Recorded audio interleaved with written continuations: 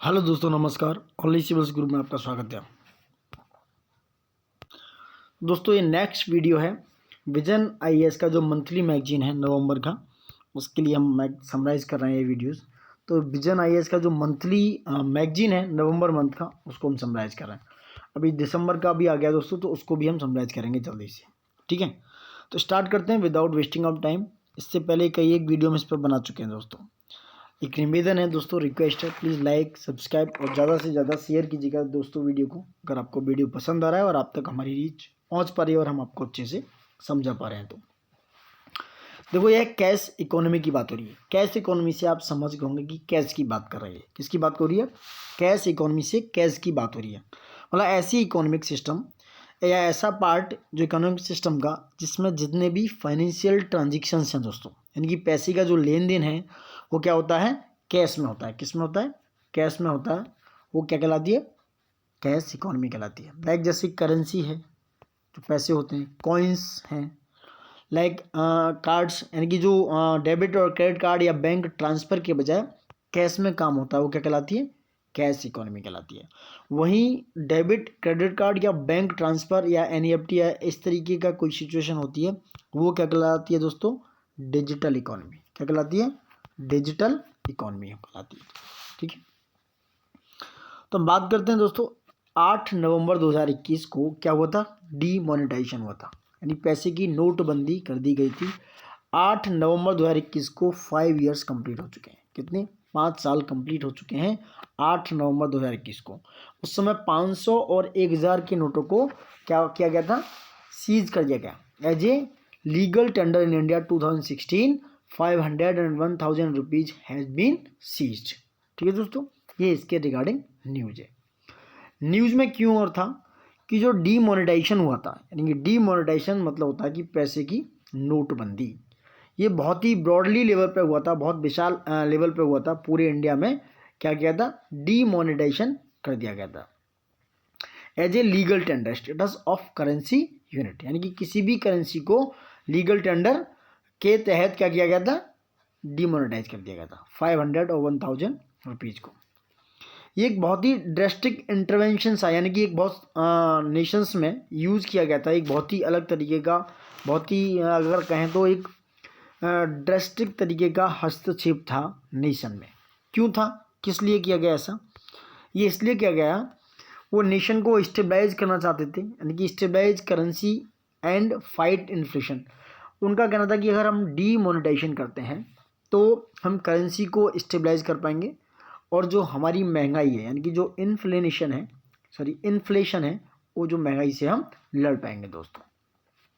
दूसरी चीज़ थी कि हम हमारे ट्रांसपेरेंसी की तरफ मूव कर पाएंगे, यानी कि जो हमारी इनफॉर्मल इकोनॉमी है उसको पुश करेंगे और किधर बढ़ पाएंगे? हम हमारी ट्रांसपेरेंसी और इनफॉर्मलाइजेशन की तरफ बढ़ पाएंगे दोस्तों। ट्रेड को अच्छे से फैसिलिटेट कर पाएंगे, मार्केट तक हमारी रीच हो जाएगी। और दूसरी बात, ब्लैक मनी को भी एलिमिनेट कर पाएंगे दोस्तों। यानी कि अगर हम डीमोनेटाइजेशन कर देते हैं तो एलिमिनेशन होगा किसका? ब्लैक मनी का। और ऐसा कुछ खास हुआ नहीं। ब्लैक मनी को क्या करेंगे? ये ब्लैक मनी को एलिमिनेट एंड करप्शन को फ्रॉम द कंट्री, यानी कि फ्रॉम द इंडिया से क्या करने के लिए? ओवरकम करने के लिए, एलिमिनेट करने के लिए क्या किया गया? डीमोनेटाइजेशन लाया गया दोस्तों। कब? 8 नवंबर 2016 को दोस्तों। ठीक है, तो ये था क्या? ड्रास्टिक इम्पैक्ट पड़ा हमारी लिक्विडिटी पे एंड द कैश इकोनॉमी पे, यानी कि एक बहुत ही कहें तो बहुत हाईली तरीके से इम्पैक्ट पड़ा इकोनॉमी पर। और 500 और 1000 के नोट जब बंद किए, गवर्नमेंट ने अनाउंस किया कि ये बंद होने जा रहे हैं, डीमोनेटाइजेशन होने जा रहा है, तो ये जो इम्पैक्ट था इस प्रोसेस का is very highly impactful for liquidity and the cash economy. क्योंकि कैश इकोनॉमी क्या थी? एक तरीके से डंप हो गई थी, यानी कि हाँ 500 और 1000 के नोटों को एक तरीके से सरकार ने अपने पास रख लिया था। तो कैश इकोनॉमी एक तरीके से क्या? डंप हो गई। कैश इकोनॉमी जैसे मैंने पहले बताया था कि एक ऐसा इकोनॉमिक सिस्टम है कि जिसमें फाइनेंशियल ट्रांजेक्शन कैसे होते हैं? करेंसी और कॉइन्स में होते हैं, rather than like debit card, credit card या बैंक ट्रांसफर। तो this is cash economy. I hope you guys understand कि मैं क्या कह रहा हूँ और क्या समझा पा रहा हूँ दोस्तों। अब देखो इम्पैक्ट क्या था कैश इकोनॉमी पर, ये देख सकते हो। ये ग्राफ इसी के रिगार्डिंग है। मैं एक मिनट आपको और समझा देता हूँ। Cash to GDP ratio then pre demo, यानी कि डीमोनेटाइजेशन से पहले का है ये। देखो ये जो रेड है वो ट्रिलियंस में दिखा रही है और ये जो परसेंटेज ऑफ जीडीपी दिखा रहा है। तब 8 जनवरी 2016 को डीमोनेटाइजेशन किया गया दोस्तों। ये आरबीआई का एनएसए का डाटा है, नेशनल स्टैटिस्टिक्स ऑफिस का डेटा है ये, ठीक है। तो था क्या, तो ये 15.1 ट्रिलियन के आसपास क्या थी इसकी, ये देख सकते हो यहाँ इकोनॉमी थी और 11% जीडीपी था दोस्तों, ठीक है। उसके बाद हुआ क्या, इस तरीके से करेंसी विद पब्लिक क्या होता रहा, आप देख सकते हो ये ग्राफ बढ़ता गया और इस तरीके से चीज़ें होती गई, पूरा ग्राफ समझ सकते हो। इनिशियल डिक्लाइन होने के बाद क्या हुआ, the cash to GDP ratio में क्या हुआ, सर्कुलेशन का आ गया, यानी करेंसी इन सर्कुलेशन में टू जीडीपी रेशियो की आ गई, यानी कि कैश टू जीडीपी रेशियो और करेंसी इन सर्कुलेशन जो था टू जीडीपी रेशियो के, वो क्या हुआ, वो गिर के कितना आ गया 12%, यानी कि लेस देन 12% हो गया। पहले कितना था 14.7% इन कंपेरिजन टू 12% पे आ गया दोस्तों। वहीं जो हाई डिनोमिनेशन था 500 और 1000 के नोट्स का, वो करीब कितना था 86% अकाउंट करीब 86% नोट थे डीमोनेटाइजेशन से पहले, और उसके बाद अब कितने हैं रिसेंटली देखा जाए तो अब 500 और 2000 के नोट हैं 85.7%। इस समय का जो सिनेरियो है दोस्तों। उसी समय की बात करें, at the same time digital payment are क्या था मेन स्ट्रीम, यानी कि ज़्यादा लोग डिजिटल पेमेंट कर रहे थे। करीब 4 बिलियन ट्रांजेक्शन हुए in the month of October. अब कितना हुआ 7.71 ट्रिलियन ट्रांजेक्शन हुए हैं डिजिटल इकोनॉमी में। मतलब एक तरीके से देखा जाए तो अब कैश इकोनॉमी से डिजिटल इकोनॉमी की तरफ मूव कर चुका है इंडिया। मतलब मोस्टली ट्रांजेक्शन अब मतलब ज़्यादातर ट्रांजेक्शन हो रहे हैं, मोस्टली लोग डिजिटल पेमेंट्स का यूज कर रहे हैं। तो ये एक बहुत बड़ा इम्पैक्ट हुआ कैश इकोनॉमी पर, जो कि क्या हुआ ज़्यादातर इसको किसके दायरे में लाया गया, गवर्नमेंट के अंडर में, जिससे टैक्स और बहुत सारी चीज़ों को इजीली वे में किया जा सकता है, ब्लैक मनी से बचा जा सकता है, करप्शन से बचा जा सकता है एंड मोर देन थिंग्स। अब ये क्या प्रेफरेंस क्यों था, प्रेफरेंस सबसे ज़्यादा कैश स्टैम्प्स पर क्यों था, रीजंस थे कुछ इसकी, हम बताते हैं क्या क्या। नंबर 1 लार्ज इनफॉर्मलाइजेशन था। क्या था, लार्ज बेस पर इनफॉर्मलाइजेशन था दोस्तों। रीजन क्या कि प्रेफरेंस क्यों दिया जाता है कैश को, कैश मतलब डायरेक्ट जो हार्ड कैश होता है उसको क्यों दिया जाता है कि भैया कैश को, देखो लार्ज इनफॉर्मलाइजेशन है सबसे ज़्यादा। रीज़न क्या है, जो हमारी इकोनॉमी है इसके जो फंक्शंस हैं वो बहुत ही स्पेशली तरीके से इनफॉर्मल है। लाइक हमारे जो इंडिया में है, वो हमारे इंडिया में बहुत इनफॉर्मल वे में हमारी इकोनॉमी काम करती है, इसलिए ज़्यादा से ज़्यादा कैश को प्रेफर किया जाता है। यानी कि जो ट्रांजेक्शन का मोड है वो ज़्यादातर कैश प्रेफर किया जाता है कि भाई डिजिटल मोड पे पैसा पहुंचा कि नहीं पहुंचा, या कनेक्टिविटी हुई कि नहीं हुई, या फिर यूपीआई सही से वर्क कर रहा है कि नहीं कर रहा है, बहुत सारी चीज़ें। तो जो सोशल वनरेबल सिटीजन्स हैं वो क्या करते हैं, कैश को ही प्रेफर करते हैं, यानी कि वो कैश को ही प्रेफरेंस देते हैं ट्रांजेक्शन मोड पर दोस्तों। पुअर और लो इनकम जो एल्डरली पीपल हैं या इनफॉर्मल बिजनेस हैं, ये सारे लोग क्या करते हैं, ज़्यादातर कैश को ही प्रेफरेंस देते हैं। तो इसलिए भी क्या है, बहुत सारे रीजन हैं कि जो कैश स्टैम्प्स को या कैश जो इकोनॉमी है उसको प्रेफरेंस दिया गया दोस्तों। दूसरा, ये बहुत सिंपल है और रिलायबल है, आराम से आप पेमेंट कर सकते हो, बहुत लीगल तरीके से आप दे दो और काम हो गया आपका। डिजिटल में आप जाओ, फ़ोन होना चाहिए एंड्रॉयड और बहुत सारी चीज़ें वगैरह वगैरह, आप समझ सकते हो। दूसरा, ये इंश्योर करता है फ्रीडम एंड ऑटोनॉमी को। सबसे बड़ी बात कि आप पैसे देने के बाद अब आपने कैश हाथ में दे दिया, आप पूरी तरीके से फ्रीडम मिल जाती है और आप पूरी तरीके से ऑटोनॉमी मिल जाती है आपको। मतलब एक तरीके से स्वतंत्र हो जाते हो कि भैया हाँ अब कोई संदेह नहीं है, डाउट नहीं है, आपका पैसा मतलब हमारा पैसा हमने भेजा आपके पास पहुंच गया, मतलब हमने आपके हाथ में रख दिया, दे दिया। तो एक तरीके से श्योरिटी बन जाती है दोस्तों, और कोई भी थर्ड पार्टी इन्वॉल्व नहीं होता है। जैसे एनपीसीआई वगैरह, ये यूपीआई में बहुत सारी बैंक के थ्रू या बहुत सारे फ़ोन पे वगैरह के थ्रू या बहुत सारे और भी ट्रांजेक्शन होते हैं उसके थ्रू जाता है, ना कि जैसे इंटरनेट कनेक्टिविटी का कोई इन्वॉल्वमेंट है, ना इलेक्ट्रिसिटी का, ना कोई एक्स्ट्रा प्रोसेसिंग की ज़रूरत है। तो इसमें क्या है, कोई भी थर्ड पार्टी इन्वॉल्वमेंट नहीं है, तो इंश्योर हो जाती है फ्रीडम और ऑटोनॉमी। ठीक है दोस्तों। दूसरा क्या है, प्रोटेक्ट करता है right to privacy of citizen, यानी कि जो ये एक तरीके से जो प्राइवेसी है सिटीजन्स की उसको भी प्रोटेक्ट करता है। एक फंडामेंटल राइट है उसको भी प्रोटेक्ट करता है, किसी की आइडेंटिटी को भी या किसी के फाइनेंशियल डेटा को। मान के चलो कि आप फ़ोन के थ्रू कर रहे हैं, इंटरनेट के थ्रू कर रहे हैं या इस तरीके से कर रहे हैं, तो कहीं ना कहीं लोगों को एक डाउट आ जाता है, कहीं ना कहीं एक सर्कुलेशन आ जाता है माइंड में कि कहीं ना कहीं भाई ये प्रॉब्लम फाइनेंशियल ट्रांजेक्शन लोग जिनके पास पैसा होता है वो डिजिटली करने में थोड़ा हिचकिचाते हैं, क्योंकि वो क्या है ना, राइट टू प्राइवेसी है, उनकी फंडामेंटल राइट हैं, they want to protect the money, they want to protect the data and they want to protect the financial scenario. तो वो क्या करते हैं, ज़्यादातर कैश देना प्रेफर करते हैं दोस्तों। और फास्ट एंड सिक्योर है, एक हाथ से लिया पैसा और आराम से दे दिया, कोई साइबर क्राइम या डिजिटल फ्रॉड होने का कोई प्रॉब्लम नहीं है, इसलिए भी लोग ज़्यादातर कैश इकोनॉमी को प्रेफर करते हैं दोस्तों। बट अभी जो डिजिटाइजेशन जो इंक्रीज हुआ है उससे कहीं ना कहीं फ़ायदे हैं, तो they are developed of an online world and increasing global and local interconnectedness are pushing toward the idea of cashless society. तो ये चीज़ें क्या है कि ये ग्लोबली इंटरकनेक्टेड हो रही हैं, आप कहीं भी एक जगह से दूसरे जगह कितनी दूर से भी कहीं भी सामान आप ऑनलाइन परचेज कर सकते हो वगैरह वगैरह, बहुत सारे मतलब सिनेरियो हैं और डिफरेंट डिफरेंट टाइप के। देखो अब एडवांटेज क्या है कि जब आप कैशलेस सोसाइटी की तरफ बढ़ रहे हैं, क्या फ़ायदे हो सकते हैं जब कैशलेस, यानी कि आप डिजिटल इकोनॉमी बनाना चाह रहे हैं, डिजिटल सोसाइटी बनाना चाह रहे हैं। देखो फाइनेंशियल इंक्लूजन ईजी हो जाता है, जो टेक्नोलॉजी जो है डिजिटल इकोनॉमी के लिए वो हेल्प करती हैं कि भैया जो पार्टिसिपेशन है उनका, कि who may exclude through conventional banking practice, जैसे बैंक जाओ वहाँ जाके पैसा सबमिट करो, डिपॉजिट करो या ऐसा कुछ, फिर वो पैसा ट्रांसफ़र होगा शाम तक 2 दिन ऐसे लग वगैरह। तो यहाँ इजीली आप पैसा आपने एक तरफ डाला दूसरी तरफ आपका पैसा पहुँच गया। तो ये फाइनेंशियल इंक्लूजन का एक बहुत अच्छा रास्ता है टेक्नोलॉजी का यूज करने का दोस्तों, ठीक है। तो ये क्या है, वही कह रहे हैं, ये मिनिमाइज करता है लीकेज इन द डीबीटी, यानी कि डायरेक्ट बेनिफिट ट्रांसफर्स का पैसा। अब ऐसे भी है कि भैया पहले क्या था कि डीबीटी जो है, जितने भी डायरेक्ट बेनिफिट ट्रांसफर्स मैकेनिज्म के थ्रू जितने भी काम होते हैं, पहले पैसा बैंक जाता, मतलब बहुत सारे सिनेरियो से जाता, पहले डिस्ट्रिक्ट, फिर पहले स्टेट में, फिर डिस्ट्रिक्ट, फिर डिस्ट्रिक्ट से फिर ऐसे ऐसे ऐसे ऐसे बैंक, फिर वहाँ तक पहुँचते पहुँचते प्रॉपर पैसा नहीं पहुँच पाता था।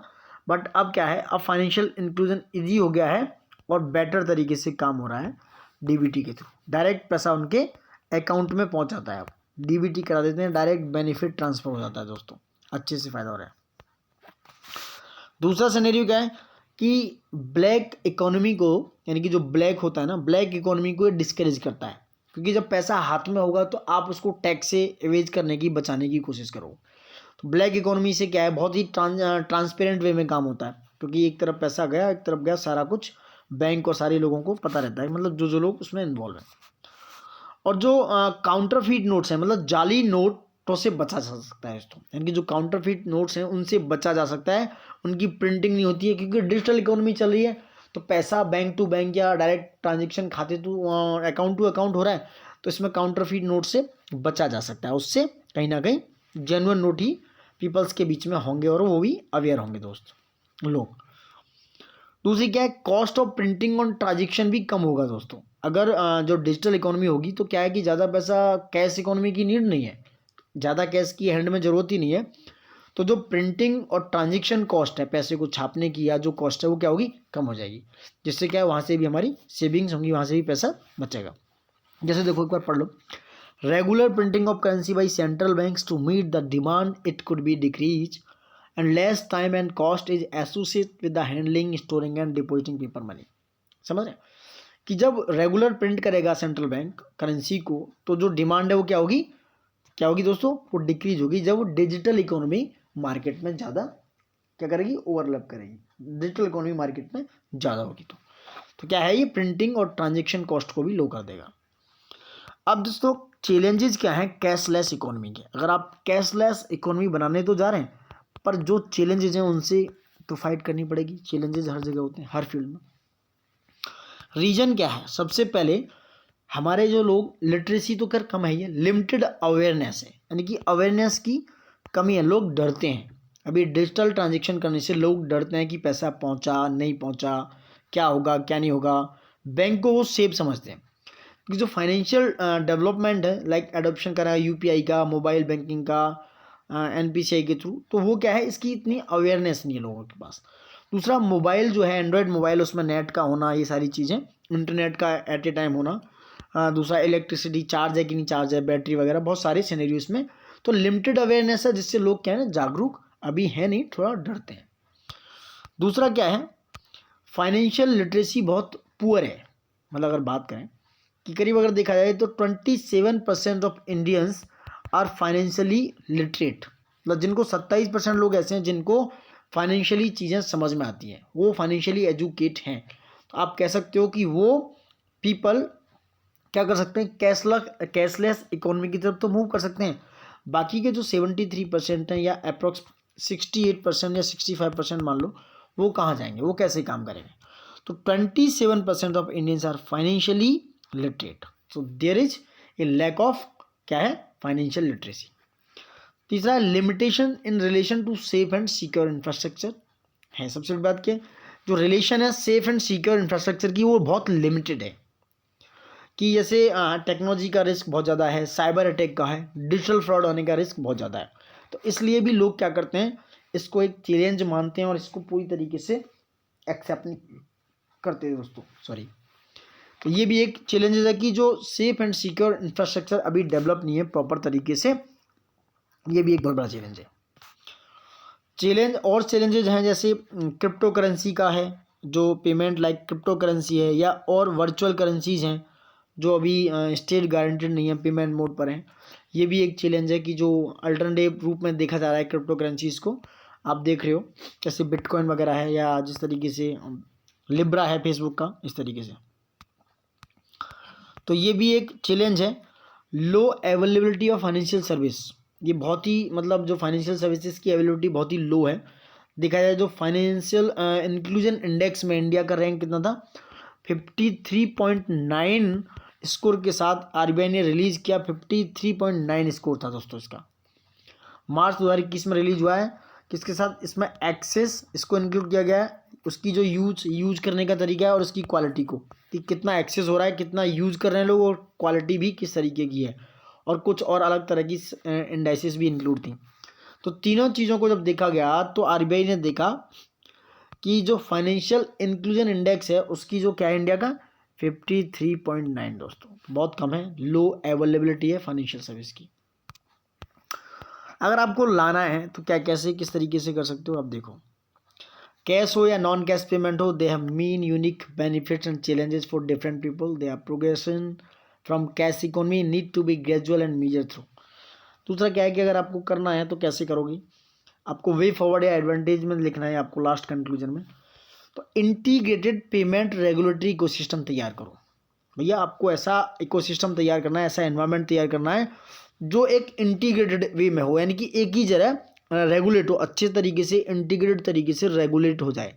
और जो कैशलेस सिस्टम है, जो उसके ट्रांजिशन है, उसका जो ट्रांजेक्शन हो रहा है, उसको क्या करे, बहुत स्मूथ बनाए और इंश्योर दे, यानी कि श्योरिटी होनी चाहिए और सेफ होना चाहिए, फास्ट हो, कॉस्ट एफिशिएंट हो। तो क्या होगा, इन सबको मिलाकर एक इंटीग्रेटेड पेमेंट रेगुलेटरी इकोसिस्टम बनाना चाहिए।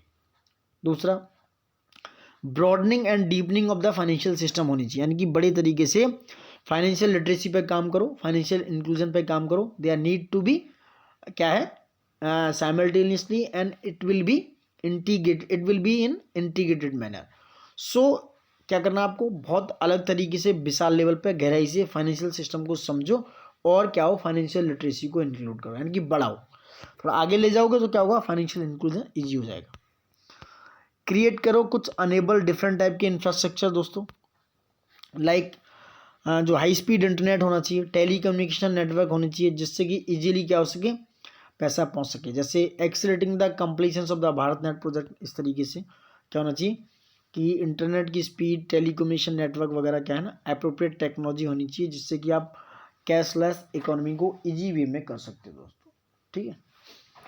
दूसरा, इंश्योर करो स्टेट एंड सेंट्रल बैंक का पार्टिसिपेशन, ये कितना होना चाहिए, क्या है, ये इंश्योर करना चाहिए। और एडॉप्ट ए यानी ग्लोबल अप्रोच को एडॉप्ट कर लो, जो ग्लोबल अप्रोच है कि क्या ग्लोबलाइजेशन के लिए ज़रूरत है, उसको अडॉप्ट कर लो, अपने पास रख लो। यानी ग्लोबल स्केल पर देखा जाए तो डिजिटल मनी क्या है, एक रिवॉल्यूशन है, यानी कि डिजिटल मनी में रिवॉल्यूशन आ रहा है दोस्तों, ठीक है। India should be aware of global development and work on building a global approach to ensure safe and secure transaction. तो इंडिया को एक ग्लोबल अप्रोच एडॉप्ट करना चाहिए भारत को, जिससे क्या कर सकते हैं हम, डिजिटल मनी में रिवॉल्यूशन ला सकते हैं एक तरीके से दोस्तों। जब रिवॉल्यूशन आएगा तो सारी चीज़ें क्या होंगी, कहीं ना कहीं लोग अवेयर होंगे ग्लोबल डेवलपमेंट से, वर्क करेंगे उस लेवल पर, ग्लोबल अप्रोच पर जाके लोग क्या करेंगे, अपने आप को मतलब रखेंगे, उसके लायक बनाएंगे, खुद को बिल्डअप करेंगे, और जो सेफ एंड सिक्योर ट्रांजेक्शन है उसकी सिक्योरिटी लेंगे दोस्तों। तो एडॉप्ट करनी चाहिए क्या है, ग्लोबल अप्रोच। तो it is all about cashless and digital economy दोस्तों। अगर क्वेश्चन मेंस में अराइज होता है, आई थिंक कि आप लिख सकते हो कहाँ कहाँ कैसे है। नेक्स्ट टाइम हो सकता है हम माइंड मैप बना के आगे से बताएंगे, सारी चीज़ों को एक ही पेज में क्लियर करेंगे दोस्तों। तो क्वेश्चन नेक्स्ट चैप्टर आपका चैप्टर क्या, नेक्स्ट टॉपिक है इंसॉल्वेंसी एंड बैंक्रप्सी कोड 2016। ठीक है, तो है insolvency and bankruptcy code 2016। UPSC में एक बार क्वेश्चन पूछा गया आईबीसी पर। तो देखो रिसेंटली क्यों पूछा जा रहा है, ये जी.एन. वाजपेयी कमेटी की रिपोर्ट आई है आईबीसी पर दोस्तों। अभी रिसेंटली रिलीज हुआ है जी.एन. वाजपेयी कमेटी की रिपोर्ट। ठीक है, इन्होंने क्या कहा देखते हैं। तो आईबीबीआई द्वारा, यानी कि insolvency and bankruptcy board of India इसको देखता है दोस्तों, उसके द्वारा क्या किया गया कि उन्होंने मई 2019 यानी में कॉन्स्टिट्यूट किया आईबीसी 2016 को, उसको ट्रैकिंग किया, उसके आउटकम्स निकाले कि क्या क्या प्रॉब्लम्स हैं, क्या क्या रेजोल्यूशन हो सकते हैं। तो ये सारी चीज़ें देखें दोस्तों।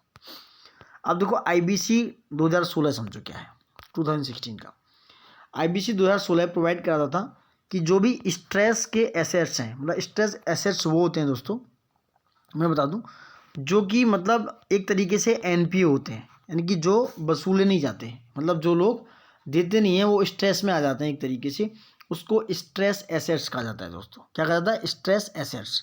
मतलब एक तरीके से कंपनी का वो स्ट्रेस एसेट्स, यानी कि एक तरीके से एनपीए है कंपनी का, they are equal to non performing assets. ठीक है, यानी कोई भी एसेट्स अगर परफॉर्म नहीं कर रहा है, they are not performing well and they become doubtful and non performing assets, तो क्या कहलाएंगे, वो स्ट्रेस एसेट्स कहलाएंगे दोस्तों। आई होप आप समझ रहे हैं दोस्तों। ठीक है, चाहे वो किसी भी एलएलपी के हों, या किसी भी प्रोप्राइटरशिप कंपनी के हों, या किसी भी पार्टनरशिप, या किसी भी इंडिविजुअल फर्म के हो सकते हैं दोस्तों। तो स्ट्रेस एसेट्स को रिजॉल्व करने के लिए, इनकी सॉर्ट करने के लिए आईबीसी 2016 को लेके आया गया। आई होप आप स्ट्रेस एसेट्स समझ गए होंगे, just like it's equal to non performing assets. ठीक है, आप समझो आगे।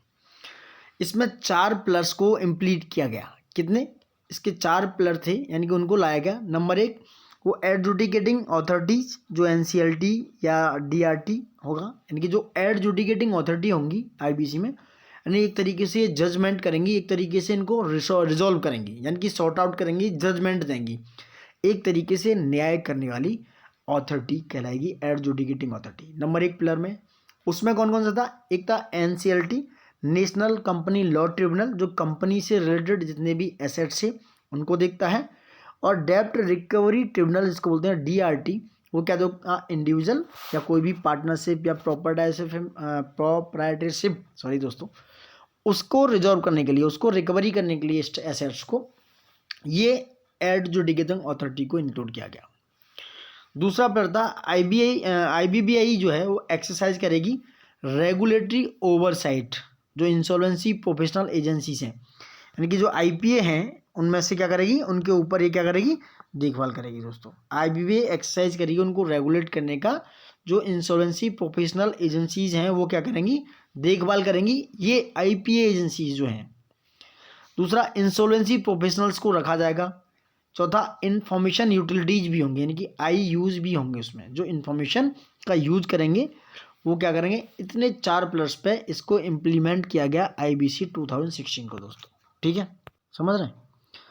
तो जो आईबीबीआई है वो क्या करेगी दोस्तों, आईपीए जो है इंसॉल्वेंसी प्रोफेशनल एजेंसीज हैं उनके ऊपर रेगुलेट करेगी। मतलब एक तरीके से ऐसे समझो, आईबीबीआई सबसे हेड है, उसके नीचे मान लो आईपीए आ गए, इंसॉल्वेंसी प्रोफेशनल्स एजेंसीज, आईपीए के नीचे हो गए आईपीस, यानी कि इंसॉल्वेंसी प्रोफेशनल्स, उसके नीचे हो गए क्या, आई यूज़, यानी कि इंफॉर्मेशन यूटिलिटीज, जो इन्फॉर्मेशन की ज़रूरत है, हो सकता है वो कंपनी दे, हो सकता है वो पार्टनरशिप फर्म दे, या इंडिविजुअल आदमी दे। तो ये इस तरीके से एक हायरकी बन गया। सबसे पहले आईबीबीआई, फिर आईपीए, देन आईपीएस और आईयूएस। ठीक है, तो there are 4 floor of implementation of IBC 2016। ठीक है, आई होप आप समझ रहे होंगे। अब ये जो कमेटी है, जो ग्रुप है जिसने बनाया है, रिपोर्ट जो दी है, JN गजपति जो रिपोर्ट बनाई है इन्होंने, JN Vajpayee committee, JN Vajpayee committee की रिपोर्ट जो है वो क्या कराती है, तो उन्होंने कमेटी के कुछ हाईलाइट्स दिए हैं। यानी कि जो वर्किंग ग्रुप हैं वो क्या करेंगे, वो कॉम्प्रिहेंसिव यानी कि बहुत लंबे ब्रॉड बेस पे क्या करेंगे, एक फ्रेमवर्क तैयार करेंगे and developing a matrix for measuring the outcomes of IBC and all. Committee ने आइडेंटिफाई किए कुछ गोल IBC प्रोसेस के लिए। नंबर 1, वो रिजॉल्व करेंगे जितने भी डिस्ट्रेस एसेट्स हैं उनके लिए, उनको सॉर्ट आउट करेंगे, और जो एंटरप्रेन्योरशिप है उनका प्रमोशन करेंगे, और क्रेडिट की अवेलेबिलिटी उनको उपलब्धता, मतलब क्रेडिट जितना चाहिए उसकी उपलब्धता कराएंगे, और जितने भी स्टेक होल्डर्स हैं यानी कि उनकी बैलेंसिंग करेंगे, यानी कि जिस स्टेक होल्डर्स का जो भी इंटरेस्ट है उसको बैलेंस रखेंगे। यानी कि आपको क्या इंटरेस्ट है, क्या चाहिए आपको, वो बैलेंस करना किसका काम है, IBC के जो कमेटी है इसमें ऐसा कहा कि ऐसी प्रोसेस होनी चाहिए, ये गोल्स आइडेंटिफाइड होने चाहिए। ये JN वाजपेयी कमेटी की रिपोर्ट में कहा गया दोस्तों। कुछ और रिकमेंडेशन दी उन्होंने, क्या रिकमेंडेशन देखते हैं। उन्होंने कहा कि भैया स्टैंडर्डाइज फ्रेमवर्क होना चाहिए, किसी भी IBC की सक्सेस के लिए उसको एसेस करना है, उसकी इम्प्लीमेंटेशन को इम्प्रूव करना है तो, और रियल टाइम डेटा होना चाहिए, रिलायबल होना चाहिए वो डेटा, अगर आपको चीज़ें सॉर्ट आउट करनी है, जिस तरीके से उसको ओवरकम करना है। Measure and track both quantifiable and non quantifiable outcomes of the code. जितने भी क्वान्टिफाइबल और नॉन क्वान्टिफाइबल आउटकम्स हैं वो ट्रैक होने चाहिए दोनों तरीके से, और उनका मीजर होना चाहिए। नॉन क्वान्टिफाइबल आउटकम्स जो हैं वो कौन कौन से होते हैं ये समझो। क्वान्टिफाइबल तो वो हैं जो लाइक आउटकम्स काउंट हो जाते हैं, नॉन क्वांटी जो हैं कि वो एक तरीके से दिखते नहीं, क्वान्टिफाई नहीं हो पाते हैं। लाइक बिहेवियरल चेंज है आपका, जो डेब्ट है या जिसने भी कर्ज लिया है, जो क्रेडिटर है, उनका बिहेवियर चेंज हो जाता है। लाइक असर the code need to be corroborated by research and quantified proxy indicators, या जो भी नॉमिनी है या जिस तरीके से लोगों का सिनेरियो है तो वो क्या करते हैं, वो चेंज हो जाते हैं, बिहेवियर चेंज हो जाता है, तो एक तरीके से ये क्या है, दिखता नहीं है। नॉन क्वान्टिफाइड जो लोग हैं उनके भी बिहेवियर या उनकी भी चीज़ों को क्या होना चाहिए, उनके आउटकम्स को भी क्या होना चाहिए, वो मेजर और ट्रैकिंग दोनों होनी चाहिए उनकी। ठीक है, ठीक है। तो रिकमेंडेशन समझ में आ गई। नंबर 1 कि भैया कमेटी ने सजेस्ट किया एक ऐसा स्टैंडर्ड फ्रेमवर्क तैयार करो जो IBC की सक्सेस को असेस कर सके, क्या कर सके, उसको देख सके, उसका असेसमेंट कर सके, और जो इम्प्लीमेंटेशन है उसको इम्प्रूव कर सके, यानी कि अच्छी तरीके से इम्प्लीमेंट हो या अच्छी तरीके से लागू हो और इम्प्रूव होकर ये चीज़ों को, जिस चीज़ के लिए बनाया गया है, यानी कि इंसॉल्वेंसी के लिए बनाया गया है या बैंकरप्सी के लिए बनाया गया, डिस्ट्रेस एसेट्स को प्रॉपर क्या करे, सॉर्ट आउट करे, ओवरकम करे। ठीक है। दूसरा, रिलायबल रियल टाइम डेटा वो ज़रूरी है, वो पहुंचना चाहिए, क्योंकि अगर परफॉर्मेंस और इंसोलेंसी प्रोसेस के लिए अगर असेसमेंट चाहिए तो ये रियल टाइम डेटा है, बहुत ही आवश्यक दोस्तों। उसके बाद क्वान्टिफाइबल और नॉन क्वान्टिफाइबल आउटकम्स जो हैं वो मेजर होने चाहिए और ट्रैक होनी चाहिए, दोनों चीज़ें कि ये कितना हो रही हैं। नॉन क्वान्टिफाइबल मैंने आपको बता दिया कि वो टैप्ड और क्रेडिटर का बिहेवियर चेंज होता है और बहुत सारी चीज़ें सिनेरियो में चेंज हो जाती हैं। ये सब क्या है, इंक्लूड किया गया इस कमेटी की रिकमेंडेशन के द्वारा दोस्तों। ठीक है, आई होप आप समझ रहे हैं। उसके बाद इंसोलेंसी एंड बैंकरप्सी कोड 2016 समझो क्या था, ये मैप में है थोड़ा सा। ये क्यों लाया गया, पहले तो ये समझो, वाई मतलब क्यों, ये क्यों लाया गया। इसका मतलब था कि जल्दी से, तेज़ी से जो स्ट्रेस एसेट्स हैं हमारी कंट्री में उनको जल्दी से रिजॉल्व कर दो, उनको सॉर्ट आउट कर दो। कौन लेकर आया, एप्लीकेबल था ये इंडिविजुअल के लिए, मैंने जैसे बताया, पार्टनरशिप फर्म के लिए, LLP के लिए, यानी जो LLP थी उनके लिए भी था, और उसके बाद कॉरपोरेट्स के लिए भी था। किसके लिए, कॉरपोरेट्स के लिए था। LLP मतलब होता है लिमिटेड लाइबिलिटी पार्टनरशिप्स। ठीक है। उसके बाद कब आया, तो मतलब कब, कितने टाइम के लिए था। अगर अथॉरिटी इसमें डिसाइड करती है इंसॉल्वेंसी एप्लीकेशंस के बाद, तो विद इन 180 डेज, यानी कि 180 दिन के अंदर इसको सॉर्ट होना था, इसको डिसाइड होना था, इसका सॉल्यूशन निकल के आना था 180 डेज, जिसमें 90 डेज का क्या था दोस्तों, एक्सटेंशन अलाउ था। यानी कि 90 दिन का आप एक्सटेंशन मांग सकते हो अगर आप उसको मतलब सॉर्ट नहीं कर पाए। दूसरा क्या था, फास्ट ट्रैक जो प्रोसेस था 90 डेज में अवेलेबल था स्पेसिफाइड एंटिटीज में। वो क्या स्पेसिफाइड एंटिटीज, वो आप डीप में पढ़ेंगे तब पता चलेगा। दूसरा कैसे, जो एडजुडिकेटिंग अथॉरिटी थी नेशनल कंपनी लॉ ट्रिब्यूनल इसको बोलता है NCLT, और ये था डेब्ट रिकवरी ट्रिब्यूनल DRT।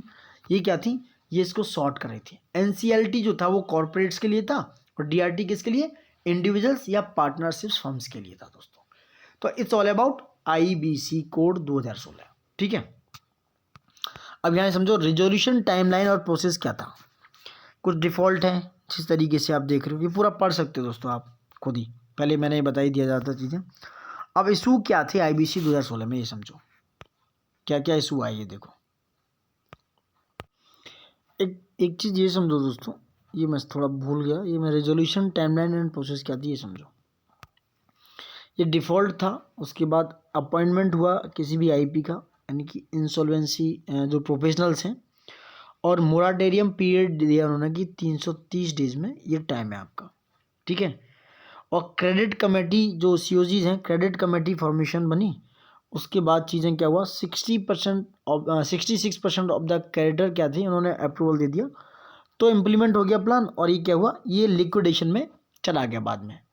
अगर ये नहीं हुआ तो भी क्या हुआ, तब भी ये क्या होता, इम्प्लीमेंट नहीं होता था और ये लिक्विडेशन में चला जाता था, लिक्विडेशन में चला जाता था। ठीक है, ये इस तरीके से था प्रोसेस। अब इंसॉल्वेंसी समझो क्या है। इंसॉल्वेंसी एक ऐसी सिचुएशन है जहाँ कोई भी इंडिविजुअल या कोई भी कंपनी वाला दोस्तों, वो क्या करता है, वो जितना भी कर्जा है उसके पास, वो उसको क्या है, they are unable to repay, वो उसको रीपे नहीं कर पाता, उसको वापस नहीं कर पाता, तो वो इंसॉल्वेंट कहलाता है, यानी कि वो दिवालिया कहलाता है दोस्तों। वहीं कोई भी ऑर्गेनाइजेशन है, they are unable to honour is financial obligation and they are make payment to its creditor, it files for bankruptcy. वो उसके वो क्या कहलाएगा, वो बैंकरप्ट कहलाएगा। कौन बैंकरप्ट कहलाएगा, वो वैसा आदमी कि कोई ऑर्गेनाइजेशन है, वो क्या है, वो फाइनेंशियल ऑब्लिगेशंस को क्या है, पेमेंट करने के लिए किसको, क्रेडिटर को अनेबल है, जो क्रेडिट दिया है जिन्होंने, तो वो बैंकरप्ट कहलाएगा। ठीक है, यहाँ पर क्या है, जो क्रेडिटर को दे रहा है, और वहाँ पर क्या है, वो कोई भी सिंगल आदमी या कंपनी है, वो जो भी डेब्ट है उसको वापस नहीं कर पा रहा है जिससे लिया है, और ये क्रेडिटर को नहीं दे पा रहा है। तो there is different insolvency and bankruptcy. वहीं लिक्विडेशन क्या है, ये एक ऐसा प्रोसेस है जहाँ पर कंपनी क्या है, वो एकदम दिवालिया निकल गया है, brought to an end. Also the जो इसके एसेट्स और प्रॉपर्टी हैं कंपनी के, वो क्या है, रीडिस्ट्रीब्यूट होने हैं, किसमें, क्रेडिटर और कंपनी, जितने भी क्रेडिटर हैं उसमें और जो ओनर है, मालिक हैं, उनको देना है, वो कहलाता है लिक्विडेशन। मतलब एक तरीके से कंपनी का रीडिस्ट्रीब्यूशन करना है, कंपनी को बांटना है दोस्तों उन लोगों के बीच में, कि आपको भैया कितना कितना हिस्सा आना है आपके हिस्से में, वो आपको दिया जाएगा। ये है टोटल प्रोसेस। तो आप इंसॉल्वेंसी समझ गए, बैंकरप्सी भी और लिक्विडेशन भी। इंसॉल्वेंसी वो है, यानी कोई भी डेब्ट है, कर्जा है, उसको रीपे नहीं कर पा रही है वो कंपनी या कोई भी इंडिविजुअल किसी भी एक ऐसी सिचुएशन में, तो वो इंसॉल्वेंट हो गया। दूसरा, कोई भी ऐसा ऑर्गेनाइजेशन है, वो क्या है, फाइनेंशियल ऑब्लिगेशन उस पर लगे हुए हैं, वो क्या है, अपने क्रेडिटर को पेमेंट नहीं दे पा रहा है, यानी क्या है, पेमेंट नहीं दे पा रहा है, तो वो क्या कहलाएगा, बैंकरप्सी। मतलब जितने भी क्रेडिटर उनको पेमेंट नहीं दे पा रहा, रीपेमेंट नहीं, पेमेंट। और लिक्विडेशन ऐसा है कि कंपनी की जो जितनी भी वैल्यू है, उसको जितने भी एसेट्स हैं या जितनी भी प्रॉपर्टी है, उसको रीडिस्ट्रीब्यूट करना क्रेडिटर्स एंड ओनर्स के बीच में, दैट इज कॉल्ड लिक्विडेशन। अब देखो इशू क्या है IBC 2016 की भी कोशिश कर रहे हैं हम अच्छे से पढ़ाने की। Please like, subscribe, comment, share करते रहिएगा दोस्तों। अब प्रॉब्लम ये है, देयर सब पार परफॉर्मेंस, यानी कि अगर बात करें तो इसकी जो परफॉर्मेंस है बिलो एज यूजुअल और नॉर्मल लेवल, यानी कि जो होनी चाहिए वो नहीं है, बहुत परफॉर्मेंस इसकी कम है।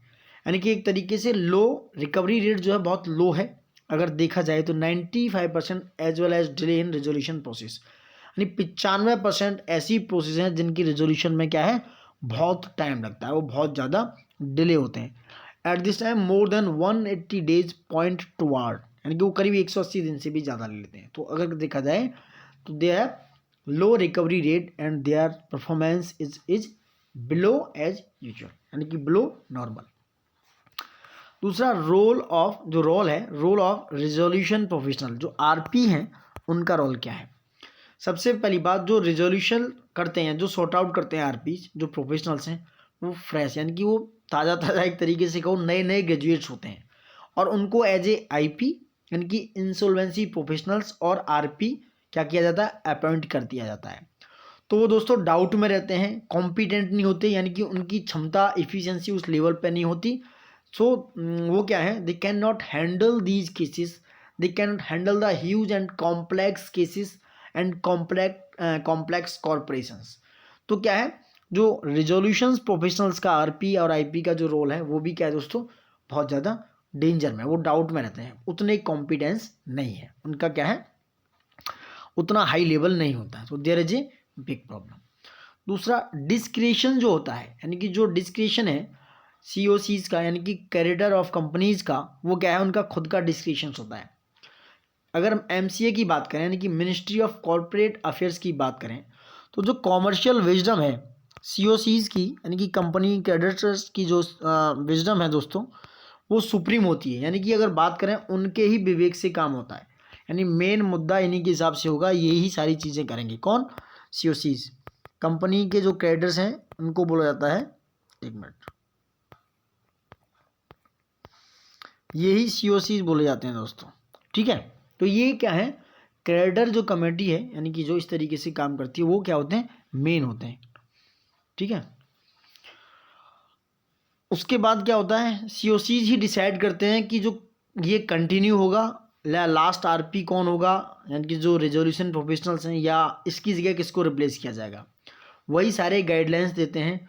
उनकी इफिशियंसी, उनकी डिस्क्रिशन, उनका ही कोड ऑफ कंडक्ट काम करता है दोस्तों। तो उनका जो रोल है बहुत ज़्यादा इंपॉर्टेंट है। तो उनकी जो डिस्क्रिशन पावर है वो भी कहीं ना कहीं एक इशू बना हुआ है दोस्तों।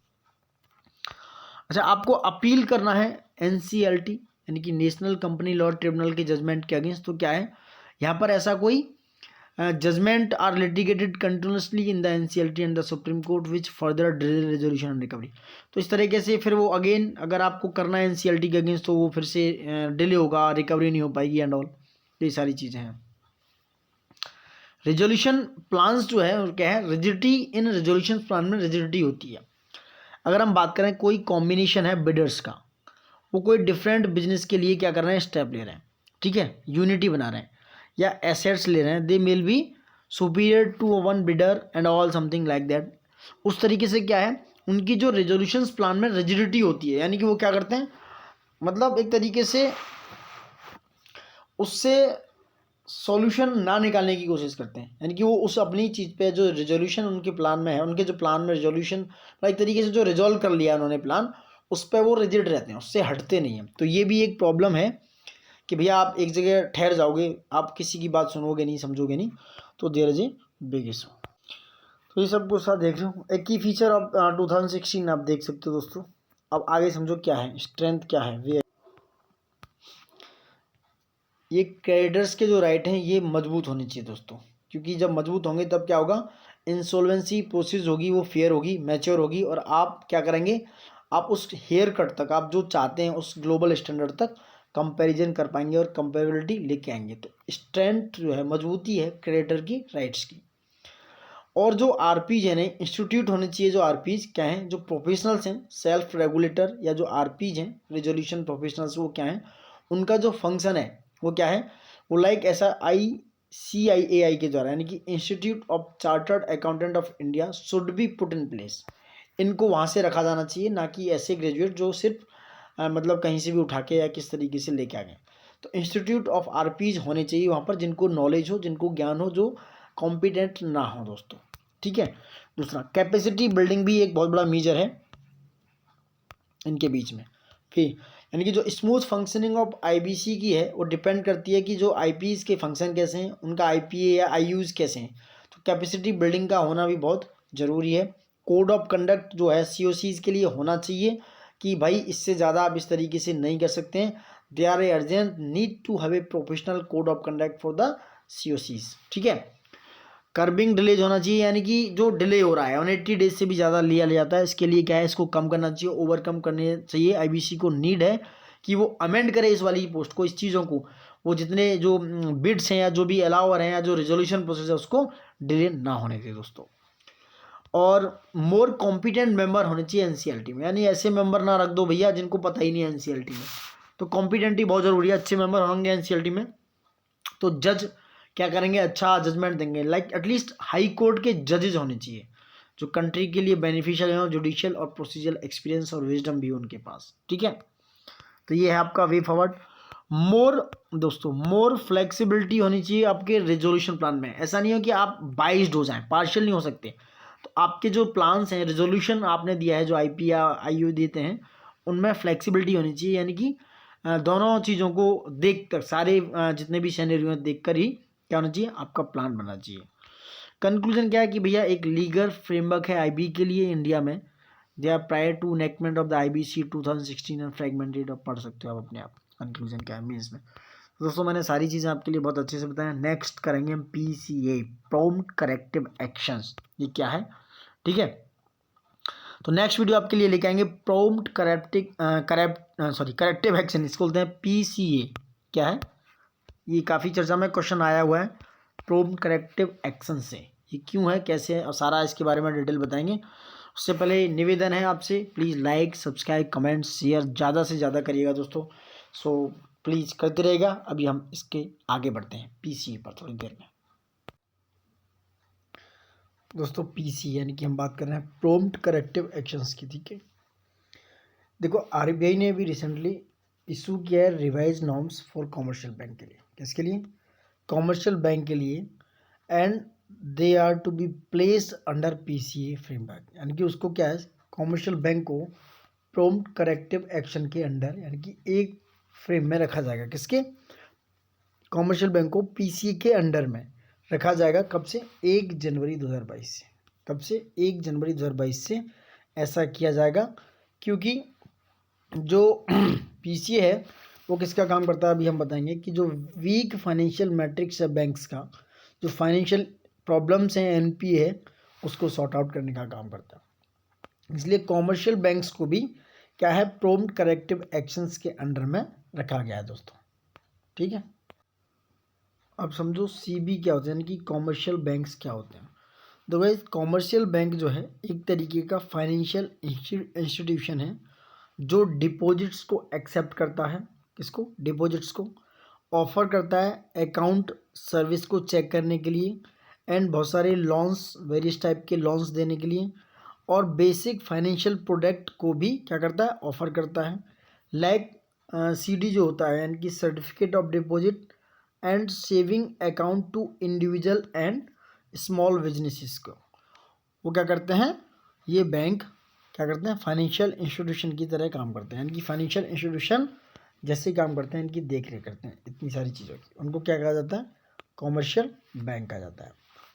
अब देखो पीसीए फ्रेमवर्क है क्या एक्चुअल में, ये एक ऐसा फ्रेमवर्क है जिसमें बैंक्स जो है अपने वीक जो है कमज़ोर फाइनेंशियल मैट्रिक्स के साथ इसके अंडर में यानी पीसीए के अंडर में रखा जाता है, इसकी देख रेख में आरबीआई के द्वारा। यानी आरबीआई किसी भी बैंक को जिसका फाइनेंशियल मैट्रिक्स वीक है, यानी कि जिसमें एनपीए वगैरह वगैरह की प्रॉब्लम है, बैलेंस शीट या ऐसा कुछ इशू है, उसको पीसीए के अंडर में प्रॉम्प्ट करेक्टिव एक्शंस के अंडर में आरबीआई रख देता है दोस्तों। आरबीआई ने ये पीसीए फ्रेमवर्क 2002 में इंट्रोड्यूस किया था। इसका जो स्ट्रक्चर था टोटली क्या था, ये एक तरीके का इंटरवेंशन मैकेनिज्म है बैंक के लिए, यानी हस्तक्षेप करता है बैंक्स में। क्यों करता है हस्तक्षेप भी समझो, ये क्या है, ये जो बैंक उन बैंकों में जो अंडर कैपिटलाइज हैं, किसकी वजह से, उन बैंकों में इंटरवेंशन मैकेनिज्म यानी कि हस्तक्षेप वाला एक मशीनरी की तरह काम करता है, मैकेनिज्म की तरह काम करता है। जो बैंक अंडर कैपिटल है, वो अंडर कैपिटल क्यों है, उनके जो पुअर एसेट्स क्वालिटी की वजह से, यानी कि उनकी कमज़ोर वनरेबिलिटी की वजह से, लॉस ऑफ प्रॉफिटेबिलिटी की वजह से, यानी कि वो बैंक क्या है, due to poor assets quality है उनकी, उनके जो एसेट्स की क्वालिटी पुअर है, उनकी जो लॉस ऑफ प्रॉफिटेबिलिटी है सॉरी गाइस, वो बहुत ज़्यादा वनरेबल है। इसलिए आरबीआई इनको क्या करता है, अंडर कैपिटलाइज कर देता है दोस्तों। उसके बाद पीसीए फ्रेमवर्क को 2017 में रिव्यू किया गया। क्या किया गया, रिव्यू किया गया, और इसके बेस पर कुछ रिकमेंडेशन दिए गए फाइनेंशियल स्टेबिलिटी डेवलपमेंट काउंसिल को, जिसको बोलते हैं एफएसडीसी को। 2017 में पीसीए फ्रेमवर्क को रिव्यू किया गया और रिकमेंडेशन दिए गए उस वर्किंग ग्रुप को जो एफएसडीसी के लिए काम करता है, फाइनेंशियल स्टेबिलिटी डेवलपमेंट कॉर्पोरेशन के लिए काम करता है, या फाइनेंशियल सेक्टर के जो लेजिस्लेटिव रिफॉर्म्स कमीशन के लिए काम करते हैं या उनके लिए काम करते हैं दोस्तों। ठीक है। तो इसमें क्या था, कुछ 12 बैंक थे, उनको इसके अंडर रिस्ट्रिक्शंस में लाया गया and they are cross to tolerance threshold and like that, देख सकते हो। बट कोई यूनिफॉर्म पॉलिसी अभी तक एग्जिस्टेंस में नहीं आई है, यानी सभी बैंकों के लिए, सभी चीज़ों के लिए जो मतलब पुअर एसेट्स क्वालिटी रखते हैं या लॉस ऑफ प्रॉफिटेबिलिटी कम है, वनरेबल है, उनके लिए कोई यूनिफॉर्म लॉ या यूनिफॉर्म पॉलिसी अभी तक तैयार नहीं हुई है, अभी तक अप्लाई नहीं हुई है दोस्तों। तो ये पीसी का फ्रेमवर्क है। इसका ऑब्जेक्टिव क्या है पीसी का, समझो। ये क्या है, ये सुपरवाइजरी इंटरवेंशन है किसी भी एक अप्रोप्रिएट टाइम में, यानी कि एनेबल क्या करता है, प्रोवाइड कराता है कि भाई आप इस तरीके से इस चीज़ों पर ये काम करो। तो जिससे होगा क्या, आपका जो रेमेडियल मेजर्स हैं टाइमली मैनर में वो क्या हो जाएंगे, आपकी फाइनेंशियल हेल्थ जो है रिस्टोर हो जाएगी। तो ये अनेबल करता है क्या, सुपरवाइजरी इंटरवेंशन मेजर्स। दूसरा क्या है, ये एक इफेक्टिव मार्केट डिसिप्लिन टूल की तरह काम करता है। पीसीए क्या है, इफेक्टिव मार्केट डिसिप्लिन टूल की तरह काम करता है।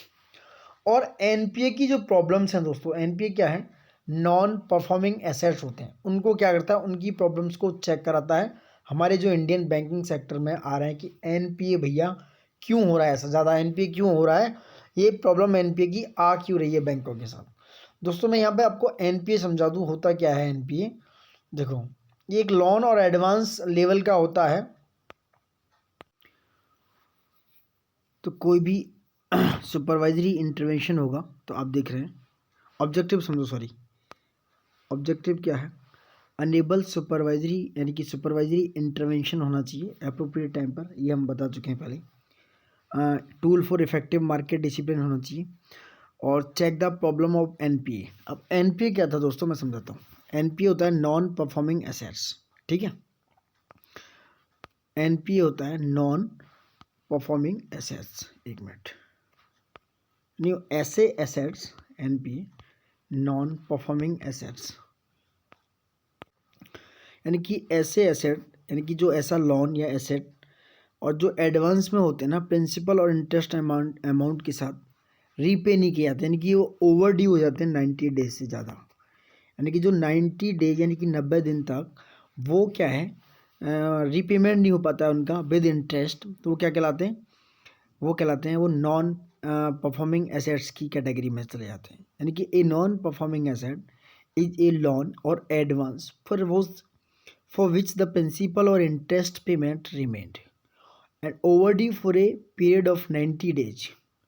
बैंक्स क्या करते हैं यार, रिक्वायर्ड टू क्लासीफाई एनपीए, वो क्लासीफाई करता है बैंक एनपीए को किस किस में, सब standard, doubtful and loss assets में। तो ये इनका अलग अलग है, ये बाद में बताएंगे कि सब स्टैंडर्ड क्या होते हैं, यानी कि ये डेज के हिसाब से कंसीडर होते हैं दोस्तों, कि डेज के हिसाब से इनको क्या करता है, डिवाइड किया जाता है। जो सब स्टैंडर्ड होते हैं उनका अलग होता है, और जो मतलब डाउटफुल होते हैं उनका टाइम पीरियड थोड़ा डिफरेंट होता है, और जो लॉस एसेट्स होता है वो मतलब कि वो ख़त्म हो चुका होता है, उसका वापसी आने का कोई चांस नहीं होता, ठीक है। उसके बाद है कि ये हेल्प करेंगे रेगुलेट करने में, जो इन्वेस्टर हैं और जो डिपोजिटर्स हैं उनको हेल्प करेंगे, उनको अलर्ट करेंगे। इसका ऑब्जेक्टिव होगा पीसीए का कि वो उनको हेल्प करेगा कि कैसे और बैंक में क्या ट्रबल्स इशू हो रहा है, और ये हाई रिस्क लैंडिंग को क्या करेगा, ओवरकम करेगा, कर्व करेगा, मतलब उसको सॉर्ट आउट करेगा एक तरीके से। जो हाई रिस्क लैंडिंग होगी कि भाई पीसीए के थ्रू इस तरह की जो ऑब्जेक्टिव्स हैं वो लेके आए गए हैं, जो बैंक्स के लिए बहुत ज़्यादा इंपॉर्टेंट है दोस्तों। एक्चुअल में क्या होता है, जब एक साइड पर ज़्यादा मनी के प्रोविजंस हो जाते हैं और रिस्ट्रिक्शंस लग जाते हैं, देन क्या होता है, दे आर बैंक की जो बैलेंस शीट में क्या है उसमें प्रॉब्लम्स हो जाते हैं, उसमें क्या होता है, प्रॉब्लम अराइज होते हैं, जो बैलेंस शीट होता है बैंक का, ठीक है दोस्तों। अब आते हैं कि रिसेंट चेंजेस क्या हुए हैं जो पीसीए फ्रेमवर्क को इंट्रोड्यूस किया गया है। पीसीए की जो एप्लीकेबिलिटी है और उसका जो क्राइटेरिया है वो देखो क्या है। जो अब समय पीसीए है जो इस समय 2019 में 2019 का, वो सारे बैंक्स को ऑपरेट करें, यानी कि सारे बैंक्स पर अप्लाई होगा। They would apply to all banks operating in India including foreign banks, जो फॉरेन बैंक्स हैं उन पर भी ये क्या करेंगे, ऑपरेट होंगे, उनके लिए भी ये काम करेंगे दोस्तों। वहीं दूसरी तरीके से जो पेमेंट बैंक हैं या स्मॉल फाइनेंस बैंक्स हैं वो क्या है, उनको इस लिस्ट से, कौन सी लिस्ट ऑफ लेंडर्स से हटा दिया गया है। जो पेमेंट बैंक हैं वो क्या करेंगे, लेंडर्स को उधार नहीं दे सके, फाइनेंस को मतलब क्या है, लेंडर्स उधार ही नहीं दे सकते, यानी कि वो लोन के रूप में नहीं दे सकते हैं। जहाँ पे पीसीए क्या करेगा, that it can be initiated, जहाँ पर क्या होगा, पीसीए जो है prompt corrective action can be initiated दोस्तों। ठीक है, तो ये एप्लीकेबिलिटी एंड क्राइटेरिया है। अब इसके कुछ पैरामीटर्स हैं पीसीए के, समझो क्या है। पैरामीटर्स हैं पीसीए के, यानी कि जो कैपिटल है, एसेट्स क्वालिटी या लेवरेजेस हैं, ये तीन पैरामीटर हैं दोस्तों। वो क्या है, ये 3 की एरियाज हैं मॉनिटर करने के और किसी भी फ्रेमवर्क को रिवाइज करने के लिए दोस्तों। कौन कौन, capital, assets quality and leverage. And there are 3 risk threshold and from 1 to 3 in the increasing order of severity. ठीक है, अब एक दूसरा प्रोविज़न है कि बैंक जो है वो क्या होंगे, वो प्लेस करेंगे पीसीए फ्रेमवर्क के अंडर में दोस्तों। क्या है, बैंक वो क्या होंगे, प्लेस होंगे, यानी बैंकों को प्लेस किया जाएगा पीसीए फ्रेमवर्क के अंडर में। किसके बेस पर, ऑडिट एनुअल फाइनेंशियल रिजल्ट के बेसिस पर। ऑडिट एनुअल फाइनेंशियल रिजल्ट के बेसिस पर क्या होगा, पीसीए फ्रेमवर्क के बेस में प्लेस किया जाएगा बैंकों को। क्यों कि सुपरवाइजरी असेसमेंट होगा किसके द्वारा, आरबीआई के द्वारा। आरबीआई एक सुपरवाइजरी असेसमेंट बॉडी तरीके से तैयार कराई, यानी कि ये सुपरवाइजरी असेसमेंट लेके आ रहे हैं दोस्तों एक तरीके का। और आरबीआई क्या है, इट में impose PCA on any bank during the course of year. ठीक है, आरबीआई इम्पोज कर सकता है किसी भी बैंक पे उसके कोर्स के दौरान दोस्तों, ये भी है। Exit from PCA and withdraw of restriction under PCA, ये भी देख सकते हो आप। और corrective actions prescribed after a bank is place under PCA, ये भी देख सकते हो।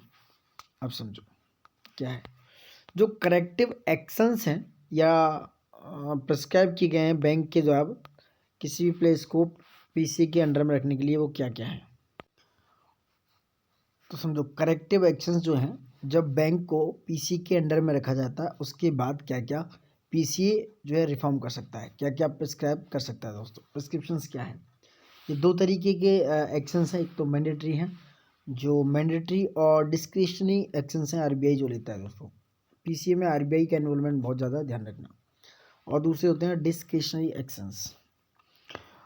तो मैंडेटरी एक्शंस देखो, ये रिस्ट्रिक्शंस लगाएगा उन डिविडेंड डिस्ट्रीब्यूशन पे या रेमिटेंस पे जो प्रॉफिट्स के लिए हैं, यानी कि रिस्ट्रिक्शंस किस पर, डीडी पर रिस्ट्रिक्शंस होगा और रेमिटेंस के, यानी कि जो प्रॉफिट में है, प्रॉफिट में जो रेमिटेंस होगा और डिविडेंड होगा, डिविडेंड डिस्ट्रीब्यूशन होगा, उस पर क्या रिस्ट्रिक्शन है। प्रमोटर्स एंड जो ओनर्स हैं या जो पेरेंट है उस कंपनी के, लाइक फॉरेन बैंक के केस में है ऐसा कुछ, तो क्या होंगे, वो लेके आ जाएंगे कैपिटल में, यानी कि to bring in capital. Risk threshold 2 है, वो ये है कि जो 1 और 2 वो तो मैंडेटरी एक्शंस हैं ही हैं, सॉरी एक मैंडेटरी एक्शन है जो रिस्क थ्रेशोल्ड का है। दूसरा है जो ब्रांच एक्सपेंशन होगा उस पर रिस्ट्रिक्शन होगा, यानी कि आप ब्रांच को नहीं बढ़ा सकते हो, जगह जगह पर अलग अलग ब्रांचें नहीं खोल सकते हो, चाहे वो डोमेस्टिक हो चाहे वो फॉरेन हो, एब्रॉड में हो।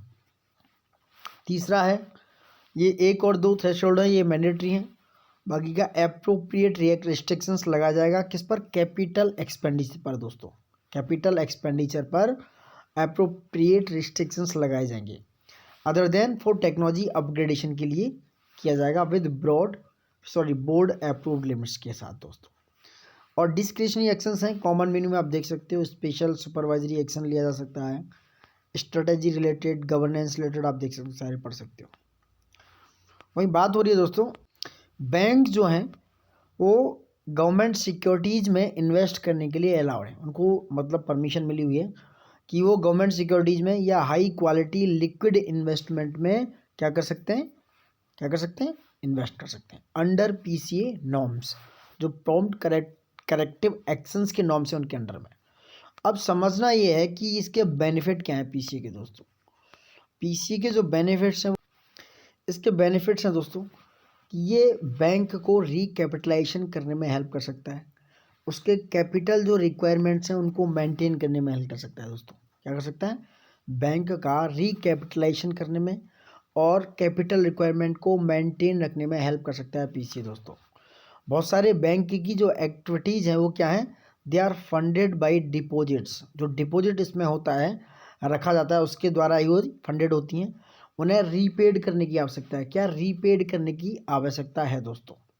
वहीं ये क्या लिमिटेड जो है रेगुलेशन को इंश्योर करेगा, यानी कि जो पीसीए है वो क्या है, इंश्योर करेगा लिमिटेड रेगुलेशन को, यानी कि रेगुलेशन इनका क्या है, लिमिटेड हो जाएगा। आरबीआई जो है रेगुलेट करता है लोन डिसबर्सल को, यानी जो लोन दिया जाता है ना, जो लोन बांटा जाता है या लोन डेब्टर को, कर्जदार को दिया जाता है उसको, और क्रेडिट किया जाता है उसको। तो ये क्या है, it ensure limited regulation by RBI will regulate loan disbursal या credit by PCA banks to unrated borrowers that वो हाई रिस्क पे है या जिस तरीके से है। और उसके साथ it will not place a complete ban on the banks lending. ये पूरी तरीके से क्या है, कंप्लीट बैन नहीं लगा सकता है किस पर, बैंक की उधारी पर, बैंक की लैंडिंग पर दोस्तों। तो ये पीसीए का पूरा नॉर्म्स था। अब पीसीए का कंक्लूजन समझो। यद्यपि ये एक पैनिकिया है, यद्यपि ये क्या है, इलाज है, हो सकता है नहीं भी हो सकता, नॉट ए पैनिकिया यानी कि इलाज नहीं है पीसीए, बट ये एक की इंडिकेटर है आपकी फाइनेंशियल हेल्थ को संभालने का। किसकी? बैंक की दोस्तों, आपकी नहीं। यानी कि इससे की indicator to identify the financial health of bank. और ये क्या कर सकता है, टाइमली इंटरवेंशन कर सकता है, एफिशिएंट कर सकता है आपके फाइनेंशियल मैनेजमेंट को, फाइनेंशियल इंक्लूजन को, टाइमली कर सकता है आपके फाइनेंशियल इंक्लूजन को। इससे क्या होगा, आपके जितने भी एसेट्स हैं, एनपीए हैं या नॉन परफॉर्मिंग एसेट्स हैं या जिस तरीके की बोरोइंग लैंडिंग है, वो क्या होगी, एक अच्छी दिशा में आ जाएगी और बैंक को कहीं ना कहीं उसकी बैलेंस शीट में थोड़ा सा एडवांटेज, थोड़ा प्रॉफिट या थोड़ी सी सही चीज़ें नज़र आने लगेंगी। तो इससे all over conclusion, overall scenario of PCA. अब कुछ इशू है पीसीए के साथ, वो बता देता हूँ। क्या है, लैक ऑफ कैपिटल, यानी कि कैपिटल की कमी होना ही एक बहुत बड़ा इशू है पीसीए का। पीसीए जो बैंक्स हैं वो ऑलरेडी बहुत ज़्यादा क्या है, भूखे हैं फंड के लिए, यानी उनके पास फंड नहीं है, पैसा है ही नहीं। बिकॉज जो गवर्नमेंट फाइनेंस है वो बहुत ज़्यादा टाइट है। गवर्नमेंट क्या है, फाइनेंस उनको फंड करता ही नहीं है, देता ही नहीं है।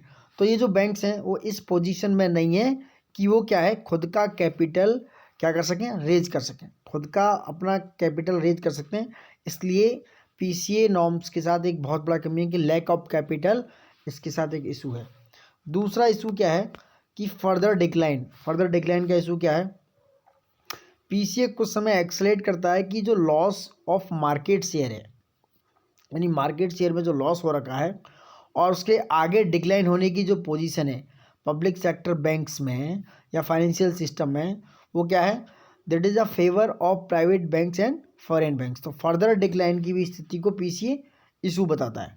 Not much on the governance और रिफॉर्म फ्रंट, यानी कि ये ज़्यादा जो गवर्नेंस है बहुत ज़्यादा रिफॉर्म नहीं है, बहुत ज़्यादा रिफॉर्मेशन हो नहीं रखा है, यानी गवर्नेंस सुचारू रूप से नहीं है, अच्छे तरीके से नहीं काम करी है। It's not much in the position on governance scenario, हाँ, यानी कि उसमें रिफॉर्म की ज़रूरत है एक तरीके से, ये कहना चाह रहे हैं ये। और फर्दर डिक्लाइन का मतलब समझे आप कि पीसीए पहले क्या करता है, जो मार्केट शेयर का लॉस है उसको एक्सलेट करता है, मतलब एक तरीके से बूस्ट कर देता है, बढ़ा देता है। बाद में आगे चल के क्या है, जो पीएसबी की पोजीशन है, पब्लिक सेक्टर बैंक्स की जो पोजीशन है मार्केट में, वो डिक्लाइन हो जाती है। क्योंकि जो फाइनेंशियल सिस्टम है वो क्या होता है, वो प्राइवेट बैंक और फॉरेन बैंक्स के फेवर में होता ही नहीं है। तो आगे चल के क्या करता है पीसीए, पहले तो उसको क्या करता है, एक्सेलेरेट करता है, मतलब एक तरीके का एक्सेलरेशन, यानी एक तरीके का बूस्ट लगा देता है। लेकिन बाद में जब जो पीएसबी की फाइनेंशियल पोजीशन मतलब गिर जाती है, प्राइवेट बैंक्स के फेवर में या फॉरेन बैंक्स के फेवर में नहीं होती है, तो बाद में जाके वो डिक्लाइन कर देता है। तो ये इशू था पीसी के साथ दोस्तों। कुछ और वर्डिंग रह गई थी, हम देख लेते हैं। कुछ इकोनॉमिक टर्म्स और डेफिनेशन जो बहुत इंपॉर्टेंट हो सकते हैं, ये समझो। नॉन परफॉर्मिंग एसेट्स मैंने वैसे बताया था, लेकिन एक बार और समझो। एनपीए क्या होता है, एनपीए ये एक तरीके का लोन और एडवांस तरीके से, यानी इट इज ए लोन और advance for which the principal और interest payment remain overdue. ये दो वर्ड बहुत ज़्यादा जरूरी है कि ये रिमेन है, ओवर ड्यू है, पीरियड ऑफ 90 डेज, यानी कि जो 90 दिन से ज़्यादा ओवर ड्यू रह जाता है किसके पास, प्रिंसिपल और इंटरेस्ट पेमेंट किसी भी लोन वेवर के पास या जिसने लोन लिया है एडवांस है, वो एनपीए कहलाता है दोस्तों। वो क्या कहलाता है, नॉन परफॉर्मिंग एसेट्स कहलाता है। बैंक्स को क्या है, they are required to classify NPA further into sub standard, doubtful and loss assets. मैंने अभी बताया था 3 कैटेगरी में एनपीए बांट दिए जाते हैं, सब स्टैंडर्ड एसेट्स, डाउटफुल एसेट्स और लॉस एसेट्स। 3 बांट दिए जाते हैं। अब 3 को अलग अलग समझो। सब स्टैंडर्ड एसेट्स वो होते हैं दोस्तों जो एनपीए रिमेन रहते हैं 12 महीने ये उसके बराबर या उससे कम, यानी इक्वल टू 12 मंथ्स, यानी कि इक्वल टू 12 मंथ्स या लेस देन 12 मंथ्स, तो वो कहलाते हैं सब स्टैंडर्ड एसेट्स। याद रखना, बहुत कन्फ्यूजिंग है। या तो वो इक्वल टू यानी कि which NPA had remained for a period of less than 12 month और equal to 12 month, that is called substandard assets. ठीक है दोस्तों। अब आता है डाउटफुल एसेट्स क्या होते हैं। देखो, डाउटफुल एसेट्स वो होते हैं which have remained in the sub standard category, यानी कि जो सब स्टैंडर्ड कैटेगरी में है लगभग कितने, 12 मंथ के लिए, यानी कि वो 12 महीने के हैं, 12 महीने के लिए है, नॉट इक्वल टू और नॉट लेस देन, एग्जैक्ट अगर वो 12 मंथ के लिए क्या है, सब स्टैंडर्ड कैटेगरी में, that is called doubtful assets. उसके बाद आता है लॉस एसेट्स। लॉस एसेट्स क्या है, ये अनकलेक्टिव, यानी इसको कलेक्ट ही नहीं किया सकता, इसको इकट्ठा ही नहीं किया सकता, इसको लाया ही नहीं जा सकता, बहुत कम वैल्यूज होती हैं इनकी, और ये कंटिन्यूसली क्या करते हैं, बैंक के ऊपर बैंकेबल एसेट्स जैसे बन जाते हैं। ये it is not warranted although there may be some salvage और रिकवरी वैल्यूज, ये होते हैं लॉस एसेट्स दोस्तों। ठीक है, यानी इनको ज़्यादा कलेक्ट नहीं किया सकता, बहुत कम वैल्यूज होती है। दूसरा आता है कैपिटल एडिकेसी रेशियो, जिसे बोलते हैं CAR। कैपिटल एडिकेसी रेशियो क्या है, ये गवर्न करता है उस कैपिटल को जो बैंक होल्ड करता है, किसमें, परसेंटेज में उसके टोटल एसेट्स के थ्रू। यानी अगर हम बात करें जो बैंक की होल्डिंग परसेंटेज है और टोटल एसेट्स हैं, उसको कैपिटल एडिकेसी रेशियो बोला जाएगा दोस्तों, समझ रहे हैं। वहीं एसेट्स क्वालिटी क्या होती है, ऐसा पोर्शन, लोन का ऐसा पोर्शन दोस्तों जो क्या है वापस नहीं लाया जा सकता उसको, यानी कि अगर बात करें they are reflected in the net non perform asset ratio, यानी उसको नेट एनपीए वाली कैटेगरी में डाल दिया जाता है, तो वो एसेट्स क्वालिटी कहलाता है। ठीक है, like portion of total advance tagged non performing, like bad loans कहलाते हैं, वो होता है एसेट क्वालिटी। लेवरेज रेशियो, ये भी देख सकते हो आप कि ये क्या है, ये बहुत ज़्यादा जो है, it shows how much a lender has stressed itself in borrowing fund to generate income, the more the leverage the riskier the turf on which the lender stand. Leverage ratio ये क्या है, यानी कि कितना जो है, जो लेंडर है इसने उधार लिया है उसको स्ट्रेच करना, एक तरीके से बढ़ाता है, इन्वेस्ट करता है दूसरी जगह। इन बोरोइंग फंड, यानी जो बोरोइंग फंड्स हैं वो क्या करते हैं, एक तरीके से जनरेट करते हैं इनकम, मतलब इसने पैसा लिया और दूसरी जगह लगा दिया दोस्तों, जिसने उधारी ली उसने दूसरी जगह लगा दी, और उस उधारी से क्या है, उसने पैसा जहाँ लगाया वहाँ से इनकम जनरेट होती है, तो वो एक तरीके से क्या है, लेवरेज रेशियो बन जाता है। क्या बन जाता है, तो कहते हैं जितना ज़्यादा मोर लेवरेज होगा रिस्क भी उतना ही, रिस्क फैक्टर भी उतना ही ज़्यादा होगा दोस्तों। अब दूसरा है रिटर्न ऑन एसेट। ये क्या है, ये एक तरीके से प्रॉफिटेबिलिटी में मेजर होता है दोस्तों, और ये नेट इनकम से क्या है, ड्राइव होता है, यानी कि प्रॉफिट से ड्राइव होता है as a percentage of total assets. जितने भी टोटल एसेट्स हैं और जो क्या है, it is derive from net income profit as a percentage of total assets. Total assets की परफॉर्मेंस से परसेंटेज होता है टोटल एसेट्स के साथ, यानी कि नेट इनकम का जो प्रॉफिट है उसकी परसेंटेज के साथ क्या है, टोटल परसेंटेज, टोटल एसेट्स के परसेंटेज क्या, तो वो कहता है रिटर्न ऑन एसेट्स कहलाता है दोस्तों। यानी आप एसेट्स पे रिटर्न हो रहा है दोस्तों एक तरीके से, यानी कि एक तरीके से ये प्रॉफिटेबिलिटी मेजर करता है कि आप इसमें प्रॉफिट में हैं दोस्तों। ठीक है, तो ये हो गया। यहाँ नेक्स्ट आपका टॉपिक है दोस्तों सस्टेनेबल बिजनेस प्रैक्टिस। तो ये है टॉपिक सस्टेनेबल बिजनेस प्रैक्टिस दोस्तों, यानी ऐसा बिजनेस प्रैक्टिस जो सस्टेन करे, फ्यूचर में भी क्या है, सपोर्ट में रहे, यानी कि वो सस्टेन रहे दोस्तों। ठीक है, रिसेंटली बात करें तो फिक्की की federation of Indian chamber of commerce and industry ने ऑर्गेनाइज किया एक ऐसा इवेंट जिसका रोल था, यानी कि रोल क्या था, बिजनेस की रिस्पॉन्सिबिलिटी एंड सस्टेनेबिलिटी रिपोर्ट उसने क्या किया, फाइंड आउट किया, रोल किया। किसके बेस पे, कि जो क्लाइमेट एक्शन है इंडिया में हो रहा है उसके बेस पे। और एट द कहाँ पर, COP26 का हुआ था ग्लासगो में। कहाँ पर हुआ था, ग्लासगो यूके में। वहाँ पर इस चीज़ को लाया गया, BSR को लाया गया दोस्तों, यानी कि business responsibility and sustainability report एक तरीके से तैयार की गई, किसके द्वारा, फिक्की के द्वारा दोस्तों। फिक्की क्या है, federation of Indian chamber of commerce and industry दोस्तों। पहले फिक्की के बारे में समझो क्या है दोस्तों। फिक्की दोस्तों एक तरीके से, सॉरी एक मिनट, फिक्की हमारा एक तरीके से federation of Indian chambers of commerce है एंड इंडस्ट्री है। ये एक तरीके से नॉन गवर्नमेंटल ट्रेड एसोसिएशन है दोस्तों, नॉन गवर्नमेंटल ट्रेड एसोसिएशन है। और एक एडवोकेसी ग्रुप है जो बेस्ड है कहाँ पर, इंडिया में। और ये 1927 में एस्टेब्लिश हुआ था, 1927 में। किसकी एडवाइस पर, महात्मा गांधी की एडवाइस पर। किसके द्वारा, जो इंडियन बिजनेसमैन का थे, कौन कौन से, मिस्टर GD बिरला और परषोत्तम दास ठाकुर दास के द्वारा दोस्तों। किसके, GD बिरला और परषोत्तम दास ठाकुर दास के द्वारा। तो 1927 में हुआ ही एस्टेब्लिश, और इसका हेडक्वार्टर नई दिल्ली में है। सेक्रेटरी जनरल इसके दिलीप चिनॉय हैं दोस्तों, ठीक है, आप देख सकते हैं। और प्रेसिडेंट इसके कौन है, हर्षवर्धन नेशिया जो भी बोल सकते हो। इतना था फिक्की के बारे में। अब समझो business responsibility and sustainability report क्या है, यानी कि BRSR क्या है दोस्तों, ये समझो। जैसे जैसे ग्लोबल पुश इंक्रीज हो रहा है फ्रॉम इन्वेस्टर्स, यानी कि जो इन्वेस्टर आ रहे हैं ज़्यादा से ज़्यादा इन्वेस्ट कर रहे हैं हर जगह, और जैसे जैसे ग्लोबली वो पुश हो रहा है, बढ़ रहा है, एक दबाव बढ़ रहा है, एक रेगुलेशन बढ़ रहा है, और जो फ्रॉम इन्वेस्टर से आ रहा है, रेगुलेटर से आ रहा है, मैंडेटिंग जो कंपनीज है वहाँ से आ रहा है। क्यों, उनकी सस्टेनेबिलिटी परफॉर्मेंस को ग्लोबली देखते हुए जो आ रहा है। तो उसके साथ क्या है, जैसे अगर हम बात करें, सारी कंपनियां हैं, मान लो उसके पास 500 एम्प्लॉई हैं, जो यूरोपीय यूनियन में है, उसको नीड है एक ESG डिस्क्लोजर की दोस्तों। अब ESG डिस्क्लोजर क्या होता है दोस्तों, मैं बताता हूँ। ESG होता है इन्वायरमेंट सोशल एंड गवर्नेंस। क्या है, ESG होता है इन्वायरमेंट सोशल एंड गवर्नेंस दोस्तों। ये ज़रूरत है जहाँ जिस कंपनी में 500 एम्प्लॉई क्या कर रहे हैं, नीड है, 500 एम्प्लॉई काम कर रहे हैं। All companies with more than 500 employees in the यूरोपीय union they have need to ESG disclosure, ठीक है। ये है business responsibility and sustainability reporting around this, ठीक है। अब इंडियन वर्जन सुनो इसका, सस्टेनेबिलिटी परफॉर्मेंस का। ये इंडियन वर्जन है, वो तो यूरोपीय यूनियन का वर्जन था, इंडियन वर्जन सुनिए।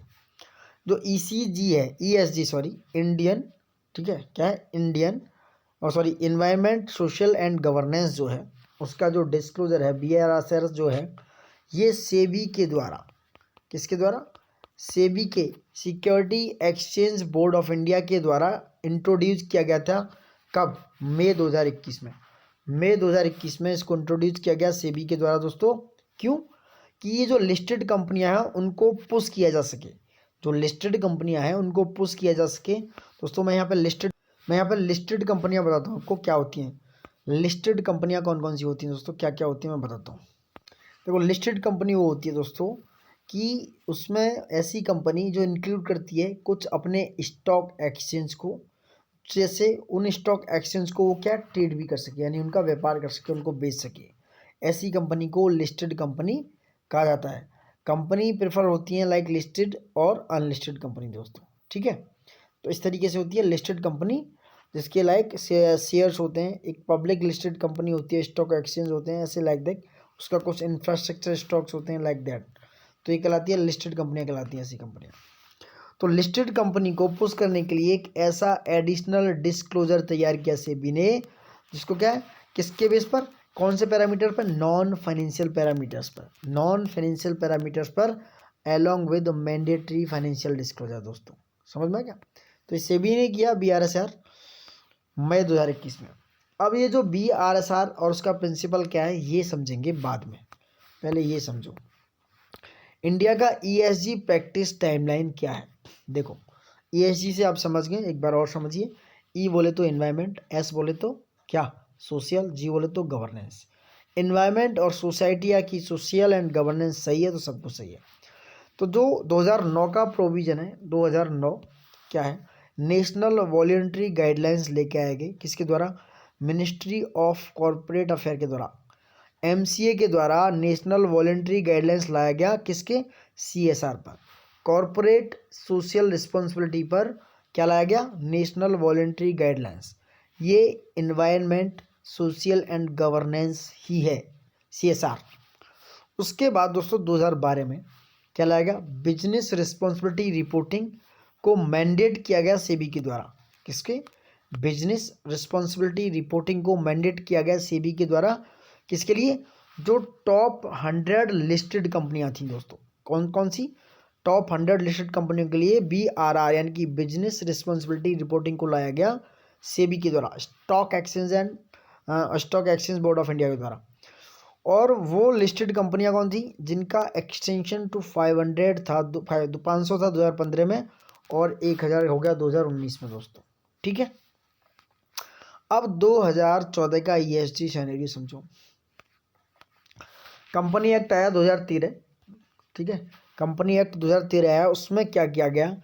2014 में इन्होंने कंपनी एक्ट 2013 के थ्रू CSR यानी कॉरपोरेट सोशल रिस्पॉन्सिबिलिटी को मैंडेट किया under the rule CSR rule. ये क्या है? फोर्स में आ गया 2014 में। कंपनी एक्ट 2013 के अंडर में आया, लेकिन फोर्स में आया 2014 में। उसके बाद दोस्तों 2017 में क्या आया? 2017 में आया इंटीग्रेटेड रिपोर्टिंग, इसे बोलते हैं IR। इसको एडवाइज किया किसके द्वारा? सेबी ने। सेबी ने इसको एडवाइज किया, किसके? टॉप 500 BRR बिजनेस रिपोर्टिंग के लिए, बिजनेस BRR के लिए, जो टॉप 500 BRR थी उनके लिए, उन कंपनीज के लिए, किस पे? वॉलंटरी बेसिस पे दोस्तों, किस पे? वॉलंटरी बेसिस पे क्या किया? सेबी ने 500 जो टॉप BRR थी उन कंपनीज के लिए किया, वॉलंटरी बेसिस पे इंटीग्रेटेड रिपोर्टिंग को क्या किया? एडवाइस किया। उसके बाद आया 2019 का सिनेरियो। 2019 में आया national guidelines for responsible business conduct, जिसने क्या किया? रिप्लेस किया किसको? NVGs को, नॉन वॉलंटरी गाइडलाइंस को इसने रिप्लेस कर दिया, और अब आ गया national guidelines for responsible business conduct दोस्तों। ये 2019 का सिनेरियो।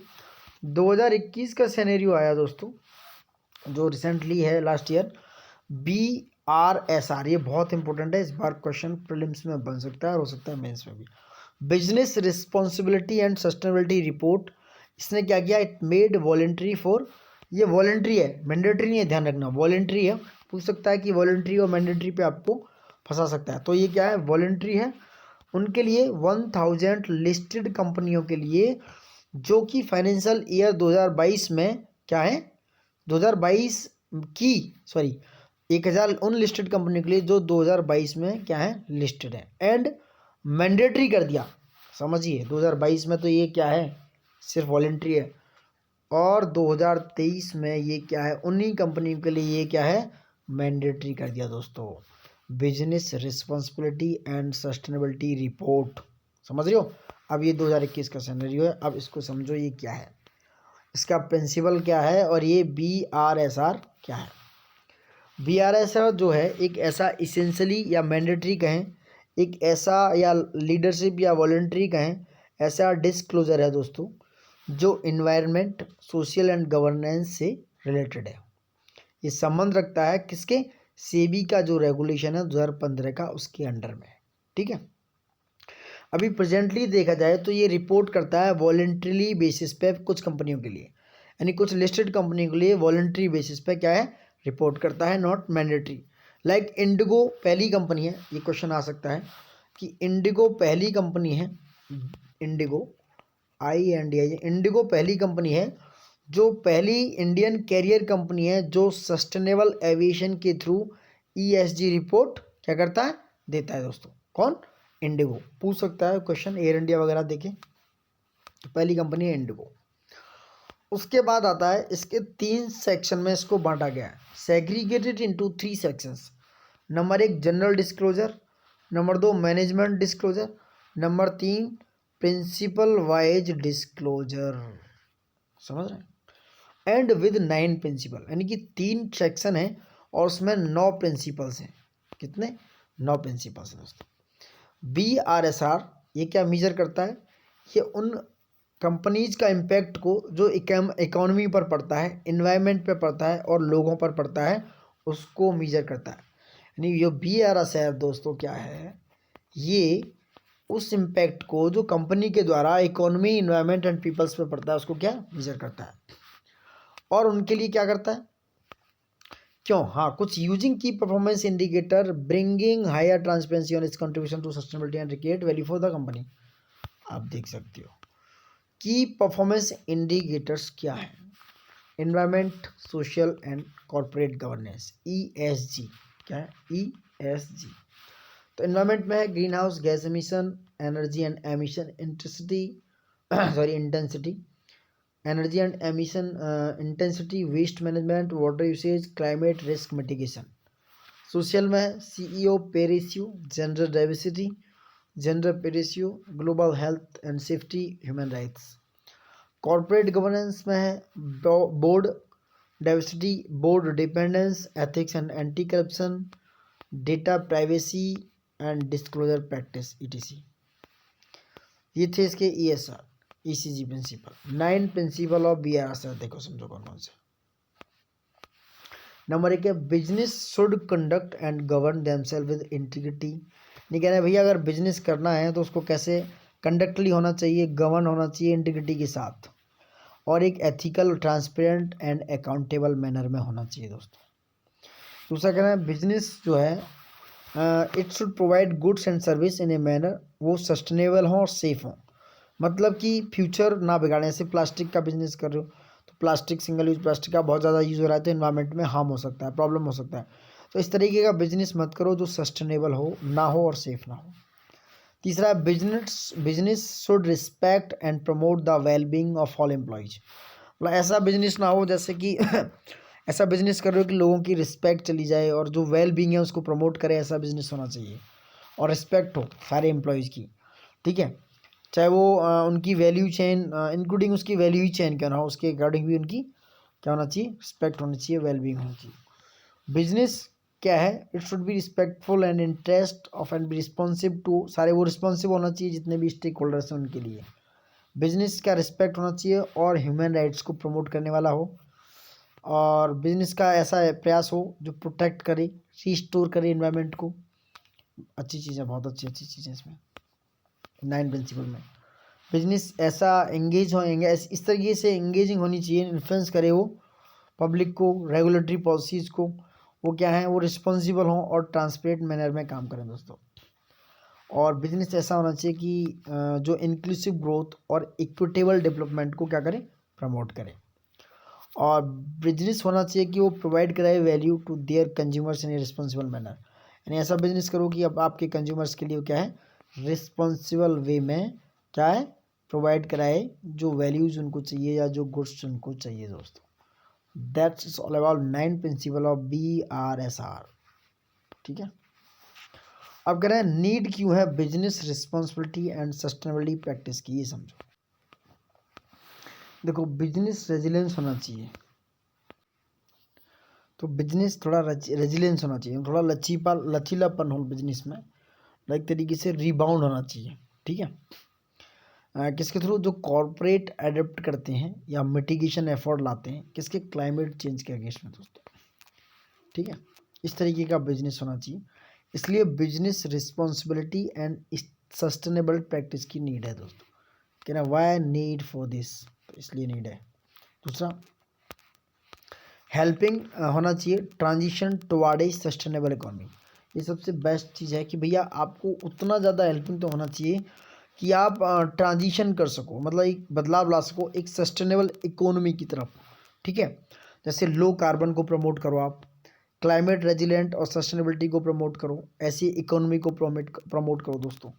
जैसे आपने अभी देखा कि नेट जीरो का जो एम्बिशन है 2070 तक, 2070 तक इंडिया का, 2070 तक जैसे इंडिया ने लिया है, it's very important for a net zero ambition at this time. तो इस तरह की इकोनॉमी को हेल्प करो दोस्तों, इस तरह की चीज़ों को क्या करो, प्रमोट करो।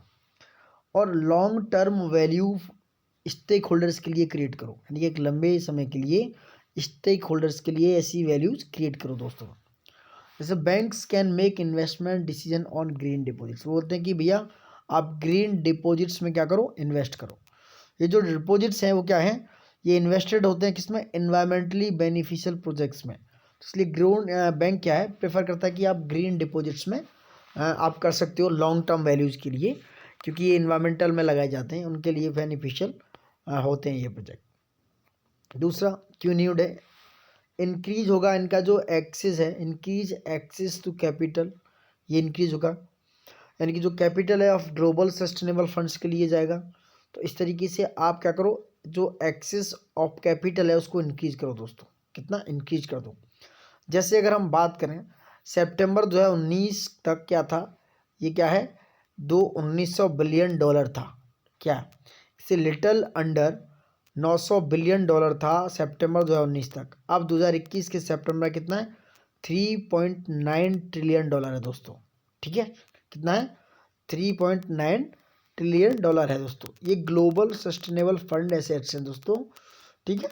तो इंक्रीज एक्सेस टू कैपिटल हो गया। दूसरा इंक्लूसिव ग्रोथ होनी चाहिए इन इंडिया में, किसके through, socially responsible business practices के थ्रू, जो सोशली रिस्पॉन्सिबल बिजनेस प्रैक्टिसेस हैं उनके थ्रू दोस्तों। स्ट्रेंथनिंग होनी चाहिए कॉर्पोरेट गवर्नेंस में, लाइक ट्रांसपेरेंसी होनी चाहिए, अकाउंटेबिलिटी होनी चाहिए, ठीक है, रिस्पॉन्सिबिलिटी होनी चाहिए, इस तरीके से। अब चैलेंज क्या क्या हैं अगर आप BRS प्रैक्टिस को अडॉप्ट कर रहे हो दोस्तों, तो क्या क्या चैलेंजेस हैं ये समझो। एक तो है रिपोर्टिंग स्टैंडर्ड एंड फ्रेमवर्क, यानी बहुत सारे सेक्टर हैं और स्टैंडर्ड हैं उनके, कि वो क्या है, उनका कोई साइज या फिट क्राइटेरिया नहीं है, it can be provide for all companies को वो प्रोवाइड किया जाए, यानी कि कोई एक स्टैंडर्डाइज नॉर्म्स है नहीं, कोई ऐसा फ्रेमवर्क है नहीं दोस्तों, ठीक है, ये भी एक बहुत बड़ा चैलेंज है, ठीक है। दूसरा कॉम्प्लाइंस रिस्क भी है बहुत ज़्यादा।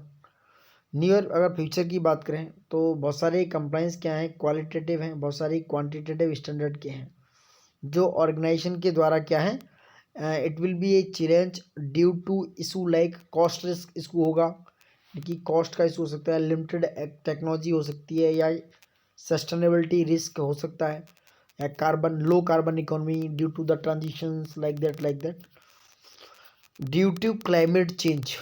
तो these are compliances risk is include to adopt of BRS practice, there is a big challenge for BRS। दूसरा लैक ऑफ बेंचमार्क, बेंचमार्क की भी बहुत कमी है, यानी कि जैसे कोई बेंचमार्क की बात करें, परफॉर्मेंस इंडिकेटर, या किसी कंपनीज के या किसी कंपनी है और स्टॉक होल्डर है उसके, they will struggle to make sense of disclosure, और जो डिस्क्लोजर है वो क्या है, कंपनी को स्पेसिफिक बनाता है रादर देन किसी भी सेक्टर या प्लांट स्पेसिफिक थिंग से दोस्तों। तो बेंचमार्क होना चाहिए, यानी कि भैया ये बेंचमार्क है, इससे आगे पीछे कुछ नहीं है।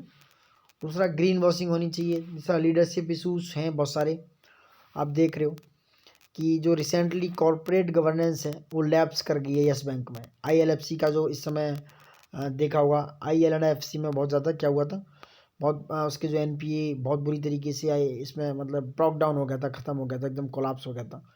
तो ये जो लीडरशिप इशूज़ हैं वो क्या है, they are not focusing on narrow interest of self और शेयर होल्डर्स ओनली।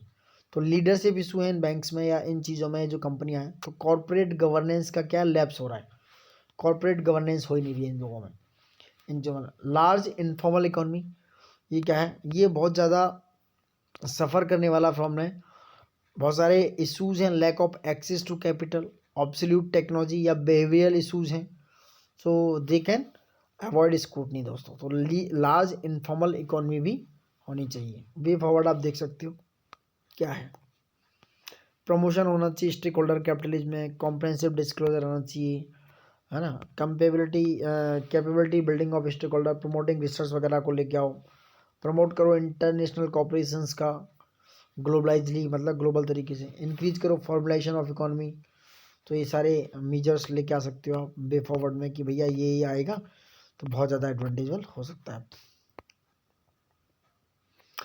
और ये बहुत सारे ग्लोबल स्टैंडर्ड हैं रिपोर्टिंग ऑफ सस्टेनेबिलिटी पे, ये समझो। तो GRI स्टैंडर्ड है जो है ग्लोबल रिपोर्टिंग इनिशिएटिव, ये क्या है, इंडिपेंडेंट है और एक इंटरनेशनल ऑर्गेनाइजेशन है दोस्तों। ऐसे ही सस्टेनेबिलिटी अकाउंटिंग स्टैंडर्ड बोर्ड है, ISO 26000 स्टैंडर्ड है, यूनाइटेड नेशंस ग्लोबल कॉम्पैक्ट है। तो ये सारी चीज़ें क्या है, they are global standard on reporting of sustainability, आप देख सकते हो। स्टेक होल्डर का कैपिटलिज्म क्या है ये समझो। कोई कंपनी है, उसका प्रॉफिट है, पीपल और प्लेनेट है, तो ये इंटरनेशनल कम्युनिटी है, पीस हो सकता है वहाँ पर, ये पूरा scenario, country state equitably society purpose, people और प्लेनेट है। इस तरीके से